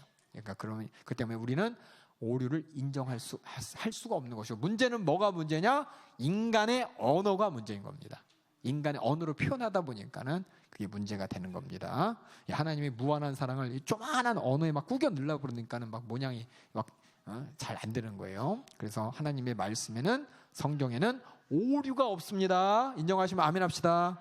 예, 우리 언어의 이 표현의 한계에 문제가 있는 겁니다. 그 다음에 네 번째, 그렇다면 성경이 어렵냐 이거예요. 어렵냐? 성경이 이렇게 권위가 있고 오류가 없는데, 그래서 그 언어의 세계까지도 고려해야 되는데, 그럼 이 성경이 그렇게 어렵냐? 이해가 안 되냐? 분명하지 않고 그냥 애매한 내용만 있냐? 라고 물어본다면 아닙니다. 성경은 항상 분명하게 설명하고 있습니다. 이것을 어려운 말로 명확성이라 그래요. 그래서 성경에 쉽게 이해되지 않는 게 있어? 라는 사람이 있어요. 여러분들 성경을 읽다 보면 이해 안 되는 부분이 나오잖아요. 그렇죠? 다시 말씀드리지만 그 성경에 이해하지 못하는 것은 어렵다는 것이, 이해 불가능하다는 것이 아닙니다. 이해는 할 수 있습니다. 결국은. 저도 그래서 학기마다 할 때마다 새로운 것들을 발견하게 돼요. 이해하지 못했던 부분이 더 명확해지는 겁니다. 그래서 여기 보면은 베드로후서 3장 16절 한번 읽어보겠습니다. 시작. 또 그 모든 편지에도 이런 일에 관하여 말하였으되 그중 알기 어려운 것이 덜어 있으니 무식한 자들과 굳세지 못한 자들이 다른 성경과 같이 그것도 억지로 풀다가 스스로 멸망에 이르느니라. 이해하기 어렵다, 그걸 어렵다는 것이 내가 꼭 어떻게 알아내야지라고 하면서 억지로 풀지 마시고, 이해하지 못하는 부분은 그냥 그렇게 두세요. 그럼 나중에 하나님께서 나중에 깨닫게 하셔요. 그걸 억지로 풀려고 하니까 지금 많은 사람들이 뭐예요? 666이 뭐냐? 억지로 푸니까 바코드가 나오고 생체칩이 나오고, 그렇죠? 여러 가지 나오는데 그거는 우리가 어려워서 지금은 우리가 이해 못할 뿐입니다. 앞으로 이해할 수가 있습니다. 예수님께서 이 땅에 오실 때 구약의 수많은 선지자들이 예언을 했습니다. 어떻게 인자가 올 것이다, 또 메시아가 고난받을 것이다, 여러 가지 얘기했지만 그들은 이해할 수가 없었어요. 어떻게 메시아가 고난을 받고, 어떻게 메시아가 채찍에 맞고 우리를 위해서 대속물을 죽는, 이게 무슨 말이야? 이해가 안 됐지만 예수님이 딱 오시고 나니까 명확하게 그 뜻이 다 알아진 것처럼, 이해 안 되는 부분을 억지로 하지 마시고 이해될 때까지 기도하시면서 하나님의 신실하심만 믿고 우리는 가면 되는 겁니다. 그래서 성경은 이렇게 이해하고 어렵다 아니야. 그래도 성경은 이해할 수 있고 명확하게 하나님의 뜻을 틀리지 않고 정확하게 설명하고 있습니다라고 여러 신명기에서도 얘기하고 베드로후서에서는 그래서 사사로이 풀지 말라고 이렇게 말했습니다. 그러니까 부탁인 건 뭐냐면, 어떤 분들이 와서 꼭 알아야 되나 봐. 성경에 대해서 지금 이해가 안 되는 부분이 있잖아요. 인정이 안 되는 부분이 있잖아요. 그걸 가지고 여러분들이 꼭 알아야겠다고 물론 알아야죠. 힘쓰지 마시고 기도하시면서 있으면 강단을 통해서 담임 목사님 깨닫게 하시고, 또 어떻게 보면 그게 진짜 별로 안 중요한 건, 그러니까 믿음 생활하고 신앙 생활하는데 꼭 알지 않아도 되는 게 있어요. 그건 기필코 알겠다고 그렇게 해가지고 그거 가지고 막 매달려가지고 하면은 진짜 본질을 잊어버리게 됩니다. 수많은 사람들이 666 그거 뭐야 베리칩 때문에 666 베리칩이 야 아니냐 그건 안 중요해요. 666이 베리칩이면 내가 구원받고 그거 모르면 실족하는 게 아니에요. 그 666 그게 중요한 게 아니라 666 그 사단의 인을 그 마귀의 인, 이 멸망의 인을 내가 받느냐 안 받느냐 그게 중요한 것이지 이게 베리칩이냐 바코드냐 그럼 앞으로 뭐냐 이게 중요한 게 절대 아닙니다. 그러니까 여러분들 만약에 강단을 통해서 그런 걸 물어보면 저도 뜨끔뜨끔할 때가 있어요. 나 모르는데 어떡하지?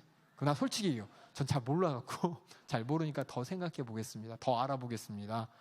더 한번 찾아보겠습니다. 지금은 잘 모르겠어요. 저는 그렇게 얘기를 하거든요.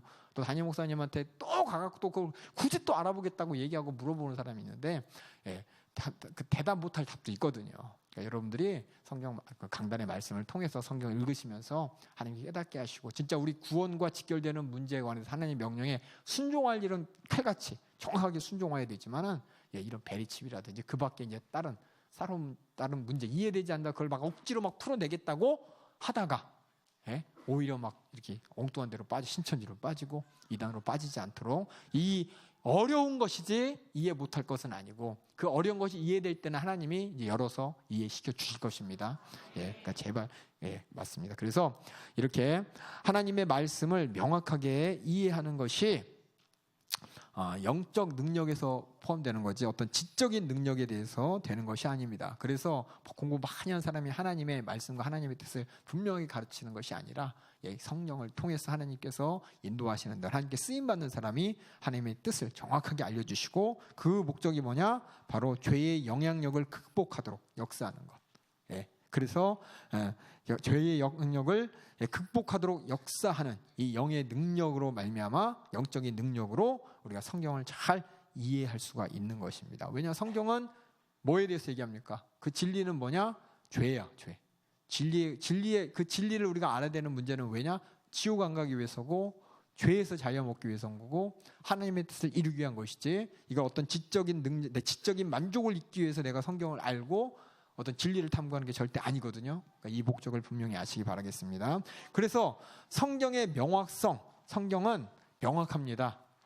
내가 생각할 때 안 명확한데 그건 내 기준이 틀려서 그래요. 성경이 얘기하는 명확의 기준과 내가 아는 명확의 기준이 틀립니다. 성경은 죄를 명확하게 알려주는 게 목적이고 예수 그리스도를 명확하게 소개하는 것이 목적이지 다른 어떤 과학적 진리라든지 다른 부분을 알려주는 명확성이 아닙니다. 그래서 성경의 가르침이 하나님의 도우심을 구하여 순종하기를 원하는 사람에게는 명확하게 그 순종을 위해서 기록되었습니다.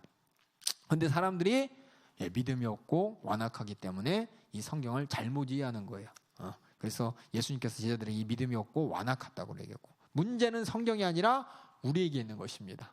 명확을 인정하는 명확의 그 범위와 그 차원을 인정 못하는 내가 있는 것이에요. 나는 명확하게 666이 베리칩이에요. 명확하게 알려주세요. 라고 하지만 하나님께서는 그게 아니라 하나님의 마음을 알아, 하나님의 심령을 알아, 예수 그리스도의 계명을 지키고 하나님의 계명을 지키고 예수의 명령에 끝까지 순종하고 죄와 싸워 이기고 예수의 생에 재현하고 신부로 준비되는 이게 명확한 거예요. 이게 명확한 거.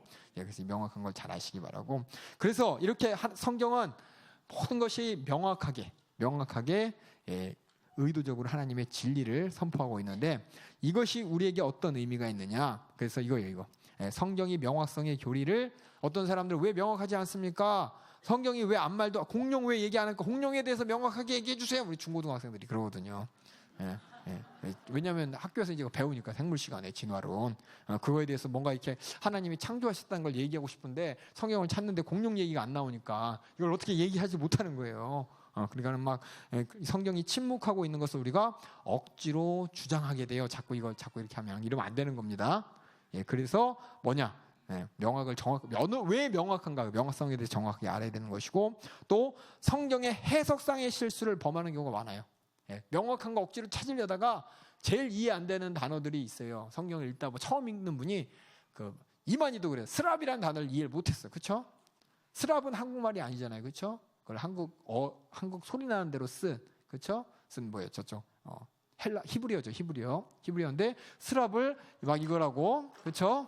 스랍을 그냥 성경에서 서랍을 스랍이라고 썼다고, 이만희가 그냥 억지로 그냥 서랍 얘기하다가 아주 무식한 티가 확 나버렸죠. 이렇게 실수하게 됩니다. 실수를. 그러니까 여러분들이 성경이 일단 명확한 것이고 그거를 억지로 그냥 어떻게 짜 맞춰서 풀라고 하면은 그 명확성을 잘못 이해해가지고 풀라다 보면은 오류에 빠지고 이게 이단으로 빠집니다. 그게 다 어디서 시작되느냐?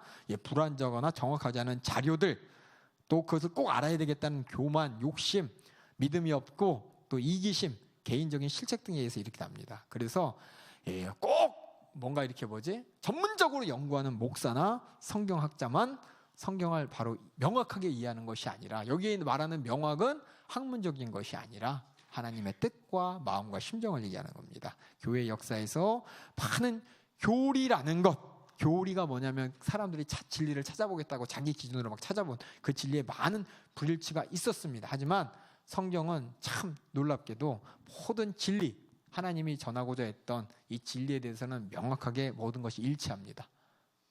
일치하고 있습니다. 이 말 참 어렵죠? 저도 맨 처음에 이거 읽었을 때 이 말이 뭐가 뭔 뜻이야? 라고 했는데, 다시 말해서 하나님의 명확성을 인정 안 하고 이것저것 보면 이상하게 막 모순되는 게 많이 보여요. 근데 명확성을 인정하고 보면은 넘어갈 거 넘어간다는 뜻이 뭐냐면 이건 나중에 하나님께서 깨닫게 하실 부분이고, 지금 내가 구원에 관해서 천국 가기 위해서 죄와 저주와 마귀와 싸워 이기기 위해서는 하나님께서 명확하게 모든 것을 다 얘기해 놓으셨다. 이 말을 얘기하는 겁니다. 그래서 그렇다면은 성경이 이렇게 모든 성도들이 읽었을 때 하나님의 명확한 수준을 다 우리 모든 성도들에게 얘기해 줬는데, 그럼 학자들이 왜 있냐? 그래서 학자들이 분명히 있으면 그 말씀을 이해하는 데 큰 도움이 됩니다. 그래서 교회 전체 유익이 됩니다. 그래서 이 학자들이 연구한 내용을 사람들에게 전달함으로써 때로는 막힌 것들이 풀리기도 하고, 또 새로운 적용을 할 수도 있고, 또 다른 학문이나 특별한 교육받은 사람으로부터 성경을 보호할 수가 있고 하나님 말씀을 변호할 수가 있는 것입니다. 그래서 철학을 공부하는 사람들이 왜 철학을 공부해야 되느냐? 오히려 철학을 통해서 하나님을 만날 수가 있고 하나님을 인정할 수가 있습니다. 하나님 빼놓고 철학을 통해서 내가 하나님을 판단해 보겠다, 이런 사람들은 잘못되지만, 오히려 이 철학이 뭐냐면 우리 인간의 한계를 얘기하거든요. 우리 인간의 생각할 수 있는 범위를 얘기합니다. 난 이만큼밖에, 이 모든 인류의 철학이 요만큼밖에 안 되는구나 라는 때 하나님을 더 영광 올려드릴 수가 있고 하나님 말씀을 더 정확하게 변호할 수가 있습니다. 그래서 교회 유익을 위해서 성경을 연구하는데 가장 중요한 역할이 아니라 보조 역할, 돕는 역할을 할 수 있기 때문에 이 학자들이 있는 것입니다.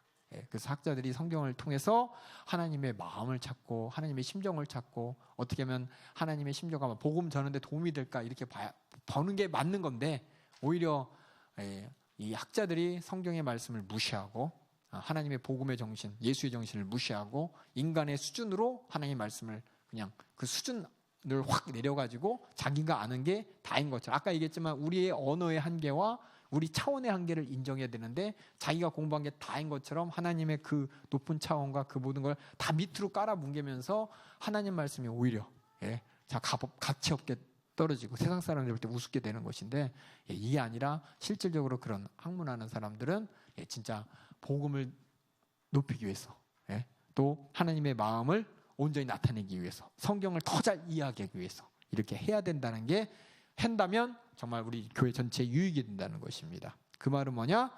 성경은 우리 모두에게 명확합니다. 학자들이 이 명확성을 도와줄 수 있습니다. 하지만 학자들이 100% 도와줘야 되는 건 아닙니다.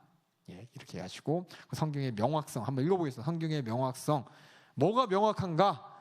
첫 번째 줄 시작. 하나님의 도우심을 구하며 순종하기를 원하는 모든 사람들에게 이해될 수 있도록 기록되었습니다. 그 다음에 그래서 목자나 성경학자처럼 전문가들이 이해해가지고 설명해줘야 되는 건 절대 아닙니다. 그 다음 보겠습니다. 그래서 성경은 명확합니다. 우리 신앙생활 하는데 명확합니다. 그 다음에 성경이 그렇다면은 이걸 성경 없이 사람들은 하나님을 얼마만큼 알 수 있을까요? 성경 없고 하나님을 성경 하나도 안 읽고 하나님 말씀 모르고 하나님에 대해 생각할 때 그 사람들 하나님을 얼마나 알 수 있느냐? 전혀 알 수가 없습니다. 그래서 하나님을 알려면 성경이 절대적으로 필요합니다. 하나님의 말씀이 절대적으로 필요합니다. 복음을 알고 영적인 삶을 유지하고 하나님 뜻을 발견하는데 필요합니다. 그렇지만 하나님이 있냐 없냐에 관해서는 성경이 하나님이 분명히 있다니까 이걸 증거하는 건 아니에요. 무슨 말씀이냐면 하나님 무신론자들이 그들이 성경을 안 읽었겠어요. 다 알죠. 근데 무신론자들이 성경을 배우서 하나님 여기 있잖아라고 얘기해봤자 이해하지도 않고 하나님이 계시냐 안 계시냐는 이미 우리 안에 하나님께서 말씀해 주고 계십니다. 이거를 증명할 문제가 아니라는 거예요. 다시 말해서 하나님이 있냐 없냐 하나님이 있다면 증명해봐. 이건 증명할 문제가 아니고 이건 사실인 것이에요. 차라리 하나님이 없음을 증명해야 될 판이에요. 근데 세상에서는 거꾸로 하죠. 하나님이 있다면 증거해봐. 하나님이 진짜 살아계시다면 보여줘봐. 세상 사람들은 그렇게 얘기를 하는데 있는 걸 있다고 증거하라면 그건 웃긴 거죠. 그래서 성경이 하나님이 계신 것을 증거하는 책이 아니라는 겁니다. 이미 하나님이 계신다는 것은 우리 모두가 진리로 다 인정하고 받아들이는 것입니다. 그런데 이 성경이 그럼 뭘 증거하느냐? 하나님이 어떤 분인지, 아까 얘기했잖아요. 하나님의 말씀을 통해서 하나님의 뜻이 무엇인지, 하나님이 어떤 분인지, 그 품성과 인격과 성품을 이 성경을 알기 위해서는 절대적으로 필요합니다. 이 성경을 통해서만 하나님의 뜻을 알 수 있고 성경을 통해서만 하나님이 어떤 품성을 가지고 우리 인간을 상대하시는지도 알 수 있습니다. 그래서 A번, 성경이 필요한데 뭘 위해 필요하냐? 복음의 지식을 위해서 필요합니다. 복음의 지식, 복음, 기쁜 소식, 우리가 구원받은 소식을 위해서는 성경이 절대적으로 필요합니다. 한번 로마서 10장 13절에서 17절 제가 쓴 부분만 한번 읽겠습니다. 시작. 누구든지 주의 이름을 부르는 자는 구원을 얻으리라. 그런즉 저희가 믿지 아니하는 이를 어찌 부르리요? 듣지 못한 이를 어찌 믿으리요? 전파하는 자가 없이 어찌 들으리요? 보내심을 받지 아니하였으면 어찌 전파하리요? 기록된 바 아름답도다 좋은 소식을 전하는 자들의 발이여 함과 같으니라. 그러므로 믿음은 들음에서 나며 들음은 그리스도의 말씀으로 말미암느니라. 여기서의 믿음은 있냐 없냐의 믿음이 아닙니다. 하나님의 뜻을 얘기하는 것이고 하나님의 성품을 얘기하는 믿음이지 하나님이 있냐 없냐의 믿음이 아닌 것입니다. 그래서 우선 구원받으려면 우리가 주의 이름을 불러야 되는 것이고 사람들은 그를 믿을 때 어떻게 하나님의 뜻을 알고 하나님의 성품을 알 때 그리스도의 이름을 부를 수가 있는 것이고 그리스도에 관해 듣지 못했다면 우리는 그리스도를 믿을 수가 없습니다. 그들에게 그리스도에 관해 말해주는 자가 없으면 그리스도에 관해 들을 수가 없습니다. 그래서 이 성경, 하나님의 뜻과 하나님의 성품, 다시 말해서 그리스도를 설명하려면 예수를 설명하려면 복음을 설명하려면 성경이 절대적으로 필요하고 이 성경 말씀을 들려줘야 하는 것입니다. 그다음에 성경은 무엇을 위해 필요하냐? 시작. 영적인 삶을 유지하고 성장하는 데 필요합니다. 사람이 떡으로만 살 것이 아니요 하나님의 입으로 나오는 모든 말씀으로 살 것이라. 우리 예수님께서 말씀하실 때 이 산다는 것이 육신이 사는 것이 아니라 영적인 삶을 얘기하는 것이고 또 뭐 영적인 삶을 우리가 하나님 말씀을 읽고 가만히 그냥 생존을 위해서 먹는 것이 아니라 읽으면 읽을수록 하나님을 더 잘 알아가고 하나님의 뜻을 잘 알게 되는 이 성장을 하기 때문에 성경 말씀은 절대적으로 필요합니다. 그래서 젖이란 얘기도 하고 생명이라도 구약에서 신명기에서는 얘기했습니다. 그다음에 성경은 또 뭐 위해서 필요합니까? 아까 시작. 하나님의 뜻에 대한 확실한 지식을 위해 필요합니다. 우리 신명기 29장 29절 읽겠습니다. 시작. 오묘한 일은 우리 하나님 여호와께 속하였거니와 나타난 일은 영구히 우리와 우리 자손에게 속하였나니 이는 우리로 이 율법의 모든 말씀을 행하게 하려 하심이니라. 하나님의 뜻을 행하기 위해서 우리가 꼭 성경을 알아야 합니다. 그 다음에 하나님의 존재하심을 알기 위해서 성경이 꼭 필요합니까? 이건 아니에요. D번 요거 동그라미 치세요. 요거 시험에 나와요. 시험에 나옵니다. 하나님이 있냐 없냐를 알기 위해서 성경을 내가 꼭 알아야 되느냐? 성경은 다시 말씀드리면 하나님이 있냐 없냐를 나타내는 하나님 말씀책이 아니라 하나님이 계시는데 그 하나님의 뜻이 무엇이고 하나님은 어떤 분인지를 알려주는 책입니다. 그 다음에 하나님의 성품과 도덕적 율법을 알기 위해서 다시 말해서 선과 악에 대해서 있죠. 뭐고 절대 선이냐 악이냐, 이게 선이야, 이게 악이야, 착한 일이야, 나쁜 일이야, 이런 것을 알기 위해서 그 세상의 도덕이라는 건 뭐냐면 인간 공통적으로 갖고 있는 우리 양심을 얘기합니다. 이것을 위해서 성경이 필요한 것이냐? 아닙니다. 예, 이미 우리가 양심은 있어요. 양심이 있지만 다 나쁜 거 알면서도 해요. 어떻게 보면 모르는 것보다도 내 안에서 끔찍끔찍합니다. 이미 양심을 통해서 우리가 선과 악에 대해서 어느 정도 알도록 하나님이 우리를 창조하실 때 이미 우리에게 주셨습니다. 그래서 우리에게 선과 악에 대해서 알려주시는 것이 아니라 선과 악을 우리가 판단하죠. 알면서도 악을 선으로 바꾸고 선을 악으로 바꾸는 게 우리 인간입니다. 성경에 의하면 그래서 구원을 이루는 믿음, 이것을 하나님이 직접 하신 말씀의 진정성에 의존하는 하나님의 말씀의 신뢰와 확신입니다. 신뢰와 확신. 이 성경에 의해서 믿음이 선악을 판단하는 것이 믿음이 아니라 이것을 하나님의 뜻으로 알고 하나님의 신뢰하고 확신하는 것, 이것이 바로 구원에 이르는 믿음이지, 선과 악을 아는 지식 자체가 우리의 믿음이 되는 건 아닙니다. 그 지식을 가지고 순종해야 우리의 믿음이 되는 겁니다. 그래서 그 선과 악의 정도, 깊이, 온전한 이해를 위해서는 우리가 성경이 꼭 필요하지만은 단순히 그냥 도덕적이고 양심적이고 어떤 그런 것들을 위해서 우리가 하나님이 사랑이고 하나님이 뭔가 엄청나게 좋은 분이시고 또 하나님은 어떤 선악을 판단하시는 분인 것을 성경을 보지 않아도 많은 사람들이 알아요. 그렇죠? 그러니까 죽은 다음에 저승사자가 나오고, 그렇죠?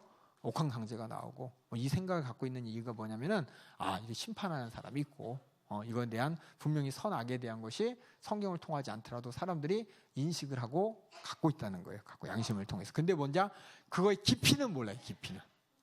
거짓말하는 거, 이거 잘못이지. 사람 죽이는 거, 잘못이지. 근데 거짓말하는 거에 대해서 생각하죠. 착한 거짓말, 하얀 거짓말 이런 얘기하면서 거짓말을 하는 거에 대해서 죄와 죄가 아닌 거에 대해서 자꾸만 합리화시키잖아요. 합리화시키고 또 우리 예수님께서는 성경 말씀을 통해, 성경 말씀은 그 악의 깊이가 예수님께서 알려주셨죠. 미워하는 거, 그렇죠? 말 나가라고 말 한마디 하는 거, 이것도 다 그 사람을 죽이는 죄랑 마찬가지다라고 하지만은 세상 사람들이나 세상의 양심은 그걸 자꾸 거부하잖아요. 죽여야 죄지 이런 식으로. 그러니까 성경을 통해서 우리는 깊이 온전히 알 수 있는 겁니다. 완전히 알 수 있어요. 하나님은 완전히 표현하셨고 우리는 온전히 알 수 있는데 사람들은 온전히 하려고 하지도 않고 완전히 알려고 하지도 않습니다.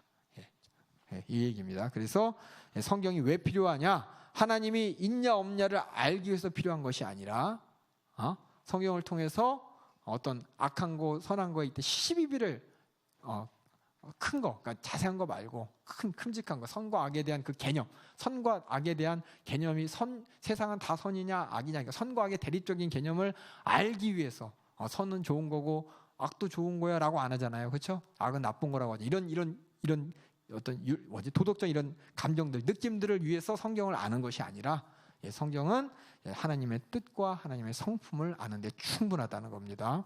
그래서 이 디브하고 2번이 어려워요. 이게 왜냐하면 우리가 당연한 듯이 하나님이 알려주는 거 아니야? 이렇게 생각을 하는데 이거는 이미 하나님이 존재하시는 것은 전제가 아니라 이미 인정하고 성경을 보는 겁니다. 인정하고 하나님 말씀하십니다. 하나님이 치사하게 나 있단 말이야, 나 있어, 자기 자신을 막 어떻게 인정받으려고, 있는 거 인정받으려고 하나님 말씀을 우리에게 주신 게 아니라는 거고, 또 우리가 선과 악에 대해서 세상이 선과 악이 어디 있어 이렇게 얘기 안 하잖아요. 모든 사람들이 선하고 악한 거에 대한 어떤 정확한 내용은 몰라도 선은 좋은 거고 악은 나쁘다는 거 알고 있잖아요. 이걸 하나님께서 알려줘요. 야, 세상은 좋은 게 있고 나쁜 게 있는데 너 이렇게 안 하잖아요. 그렇죠? 좋은 게 있고 나쁜 게 있어 라고 알려주는 게 아니라 이거 해야 선한 것이고 이거 해야 나쁜 것이야 이렇게 얘기해 주는 것이지, 좋은 게 있고 나쁜 게 있어 이걸 알려주는 게 아니잖아요. 그래서 성경의 이 목적을 여러분이 잘 아셔서, 이 D하고 2번이 그거예요. 설명하기 어려워서 죄송해요. 제가 이걸 잘 이해해야 되는데 아마 다음에 할 땐 더 잘할 것 같아요. 설명을. 그동안 하나님께서 더 깨닫게 하실 것 같아요. 그래서 이런 것들을 위해서는 성경이 필요한 것은 아니다. 성경은 아까 여기 있듯이 이 밑에 네모 박스 읽겠습니다. 성경이 왜 필요합니까? 시작. 복음의 지식을 얻고 영적인 삶을 유지하며 하나님 뜻에 대한 확실한 지식을 얻기 위해서 절대 필요한 것입니다. 하나님의 존재를 알기 위해 필요한 게 아니고 선과 악이 있다는 것을 알기 위해서 필요한 게 절대 아닙니다. 예, 우리 한 장 남았는데 이거는 다음에 하겠습니다. 충분한 거는 다음에 얘기하고 오늘 여기까지 하도록 하겠습니다. 예, 성경은 여러분이 이제 생각을 딱 바뀌어야 돼요. 아까 전에 자, 하나님의 말씀은 뭐하고 뭐를 나타낸다고요? 뜻과 하나님의 성품. 대부분 사람들은 하나님 말씀을 통해서 하나님의 뜻만 알려고 그래요. 뜻만.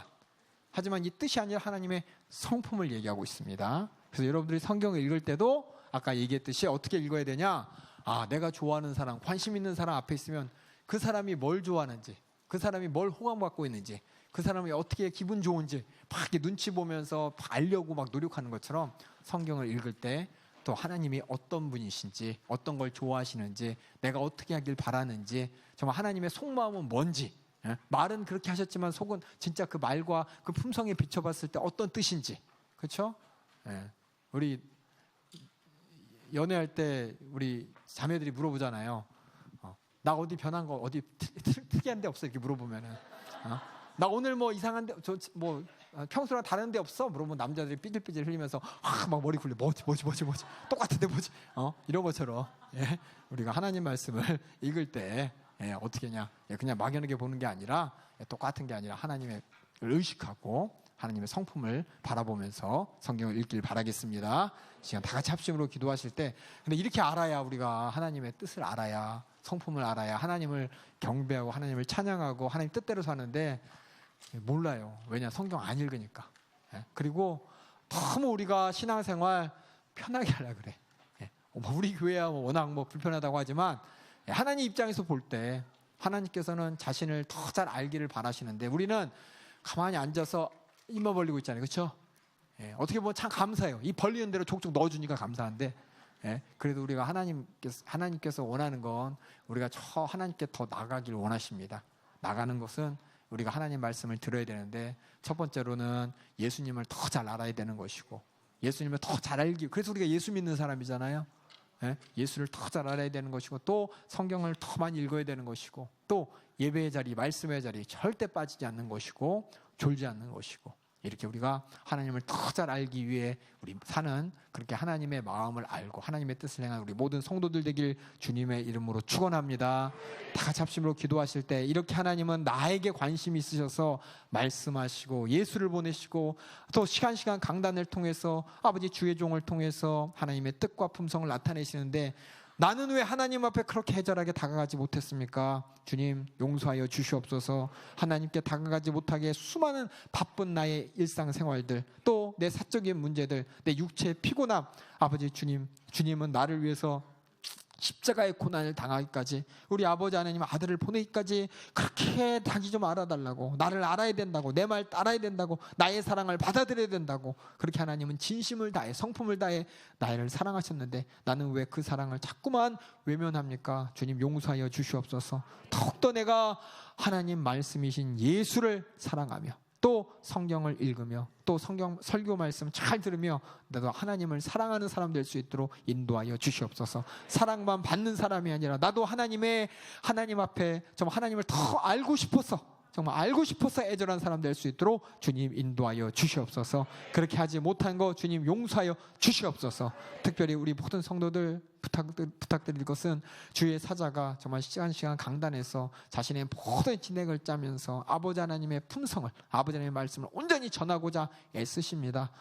다가오는 진행 중인 아버지 전춘계 대신방 주님이 건강을 허락하여 주시고 아버지 성령 충만하게 사용하여 주시사 가는 곳곳마다 우리 모든 성도들이 하나님의 뜻을 바로하라 죄에서 빠져나오게 도와주시고 하나님의 품성을 닮아가며 예수 믿는 사람 되도록 인도하여 주시옵소서. 그렇게 주의 사자 영육간에 강건하게 사용하여 주시옵소서. 다 같이 두 손 들고 주여 삼창하고 기도하시겠습니다. 주여 주여 주여 살아 살아계신 아버지 하나님, 우리 아버지 하나님이 나에게 아버지 말씀하실 때 그 말씀이 그저 이래라 저래라가 아니라 하나님의 애절한 성품을 담아 심정을 담아 아버지 말씀하신 그 말씀, 나는 왜 그 말씀을 하나님의 애절한 심정으로 받지 못하고 그저 읽으면 되는 말씀, 알면 되는 말씀, 지식으로 알았다, 내가 알았으니 됐다, 얼마나 내가 주님의 마음을 무시하고 주님의 성품과 인격을 무시했는지 주님 용서하여 주시사, 이제는 내가 하나님이 나를 사랑하기에 아버지 자신의 수준을 낮춰서 아버지 그 말씀은 육신이 되어 아버지 우리에게 다가오셨고, 또 우리 인간의 언어로 아버지 하나님의 모든 마음을 표현하면서 아버지 애절하게 성품으로 다가오셨고, 또 아버지 설교를 통해서 강단의 주의 사자를 통해서 우리가 아버지 하나님의 애절한 심정을 통해 아버지 하나님의 뜻을 명확하게 충분히 할 수 있도록 하십니다. 이러한 은혜 내게 주셨으니 내가 이 은혜 망각하지 않게 하여 주시고, 내게 바라는 주님의 뜻, 나를 향하는 주님의 마음 내가 알아서 화답하고 그 뜻을 분별할 수 있도록 주여 인도하여 주시고, 그렇게 주님 뜻에 따라 신앙생활 잘하며 주님의 뜻을 이루어 죄를 이기고 저주를 이기고 모든 이 육체의 정욕을 이기고 지옥 갈 모든 사정을 이겨서 주님 뜻 이룰 수 있도록 주여 인도하여 주시옵소서. 주님 역사하여 주시옵소서. 그러한 심정과 마음으로 시간 강단에서 말씀 전하며 아버지 하나님의 뜻을, 아버지 하나님의 성품을 나타내기 위해 아버지 무릎으로 기도하며 아버지 단에서는 애가 터져라 목이 터져라 말씀 전한 주의 사자 우리가 만나게 하심을 감사합니다. 그렇게 예수 그리스도의 성품을 알게 되고 아버지 하나님의 마음을 알게 되고 성령의 아버지 성품으로 날마다 우리가 보고 듣고 깨달을 수 있도록 인도하신 주님, 주의 사자 아버지 진행되는 중계되신 바 아버지 주님이 인도하여 주시고 강건하게 지켜주시사 주님도 온전히 전하게 도와주시고 주님 생에 온전히 재현하게 도와주시고, 그렇게 우리 모두가 목도함으로 우리 또한 보고 따라갈 수 있도록 주여 인도하여 주시옵소서. 주님 역사하여 주시옵소서. 악한 마귀 객에는 어떻게든 아버지 하나님의 뜻을 무너뜨리기 위해 아버지 주의 사자의 육신에 수많은 근심과 고민거리를 던져놓으나 아버지 성도들이 기도함으로 말미암아 악한 마귀 객에 틈타지 못하도록 주님이 응답하여 지켜주십니다. 성령 충만함으로 주님 사용하여 주시옵소서. 우리 모든 성도들의 기도에 주님이 응답하여 주시고, 우리가 기대하고 바라는 모든 것들 우리가 응답받아 바라보며 더욱더 살아계신 주님을 인정하며 그 주님의 말씀을 따라 그 주님의 성품 따라 우리 모두 예수 닮은 사람 되도록 하나님의 말씀의 뜻을 이루는 우리 모든 성도들 되도록 주여 인도하여 주시옵소서. 주여 역사하여 주시옵소서. 생명 되신 주님 은혜와 사랑을 감사합니다. 그 은혜와 사랑이 하나님의 말씀을 통해 아버지 하나님의 뜻을 우리가 깨달을 수 있도록 선포하여 주시고, 또 예수 그리스도를 통하여 또 오늘날 주의 사자를 통하여 또 성령이 내 안에 오셔서 하나님의 애절한 품성과 성품을 알고 보고 깨닫게 하심을 감사합니다. 우리가 이렇게 깨달은 만큼 우리 또한 예수의 생애를 재현하며 나를 지으신 주님의 사랑을, 우리 나를 부르신 주님의 마음을 나를 위해 나를 통해 이루실 주님의 역사를 온전히 이룰 수 있도록 주님 인도하여 주시옵소서. 그렇게 하나님은 진심을 다해서 성품을 다해서 마음을 다해서 나에게 다가오셨는데 나는 왜 마음을 다하고 진심을 다하지 못한 채 바빠서 또 육신이 연약해서 이래저래 정신이 없어서 얼마나 하나님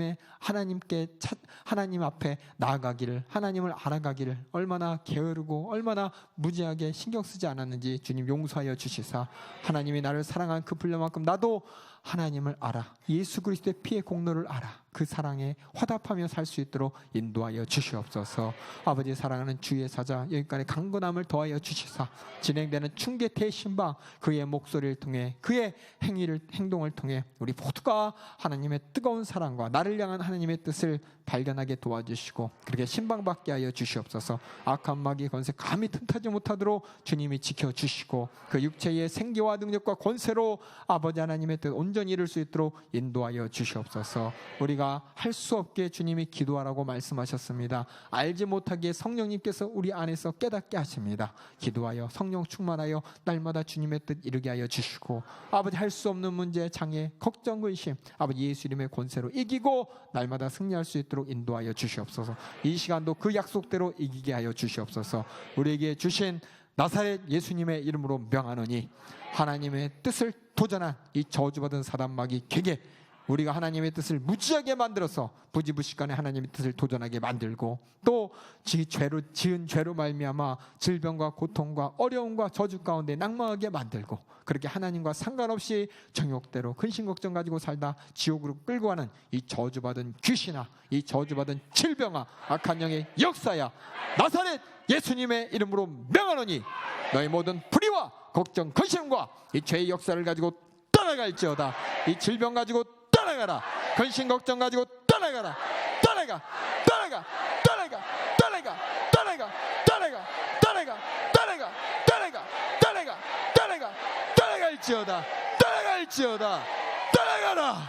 우리 주님의 약속이 우리에게 믿음으로 이루어집니다. 이 믿음 갖고 이 세상의 모든 걱정 의심 이기게 도와주시고, 육체의 나약함과 고민과 걱정 의심 다 이길 수 있도록 인도하여 주시고, 그 주님 주신 약속 붙잡고 믿음 생활, 신앙 생활 강건하게, 단단하게, 강단 있게 할 수 있도록 인도하여 주시옵소서.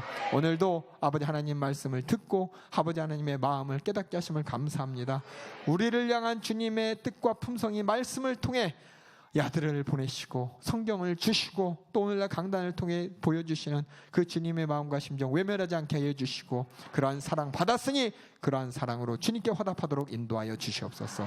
모든 영광 우리 주님께 올려드리옵고 예수님의 이름으로 기도하옵나이다. 아멘. 예, 할렐루야. 박수로 함께 영광 올려드리겠습니다. 예, 오늘 수고하셨고 다음 주에 또 뵙겠습니다.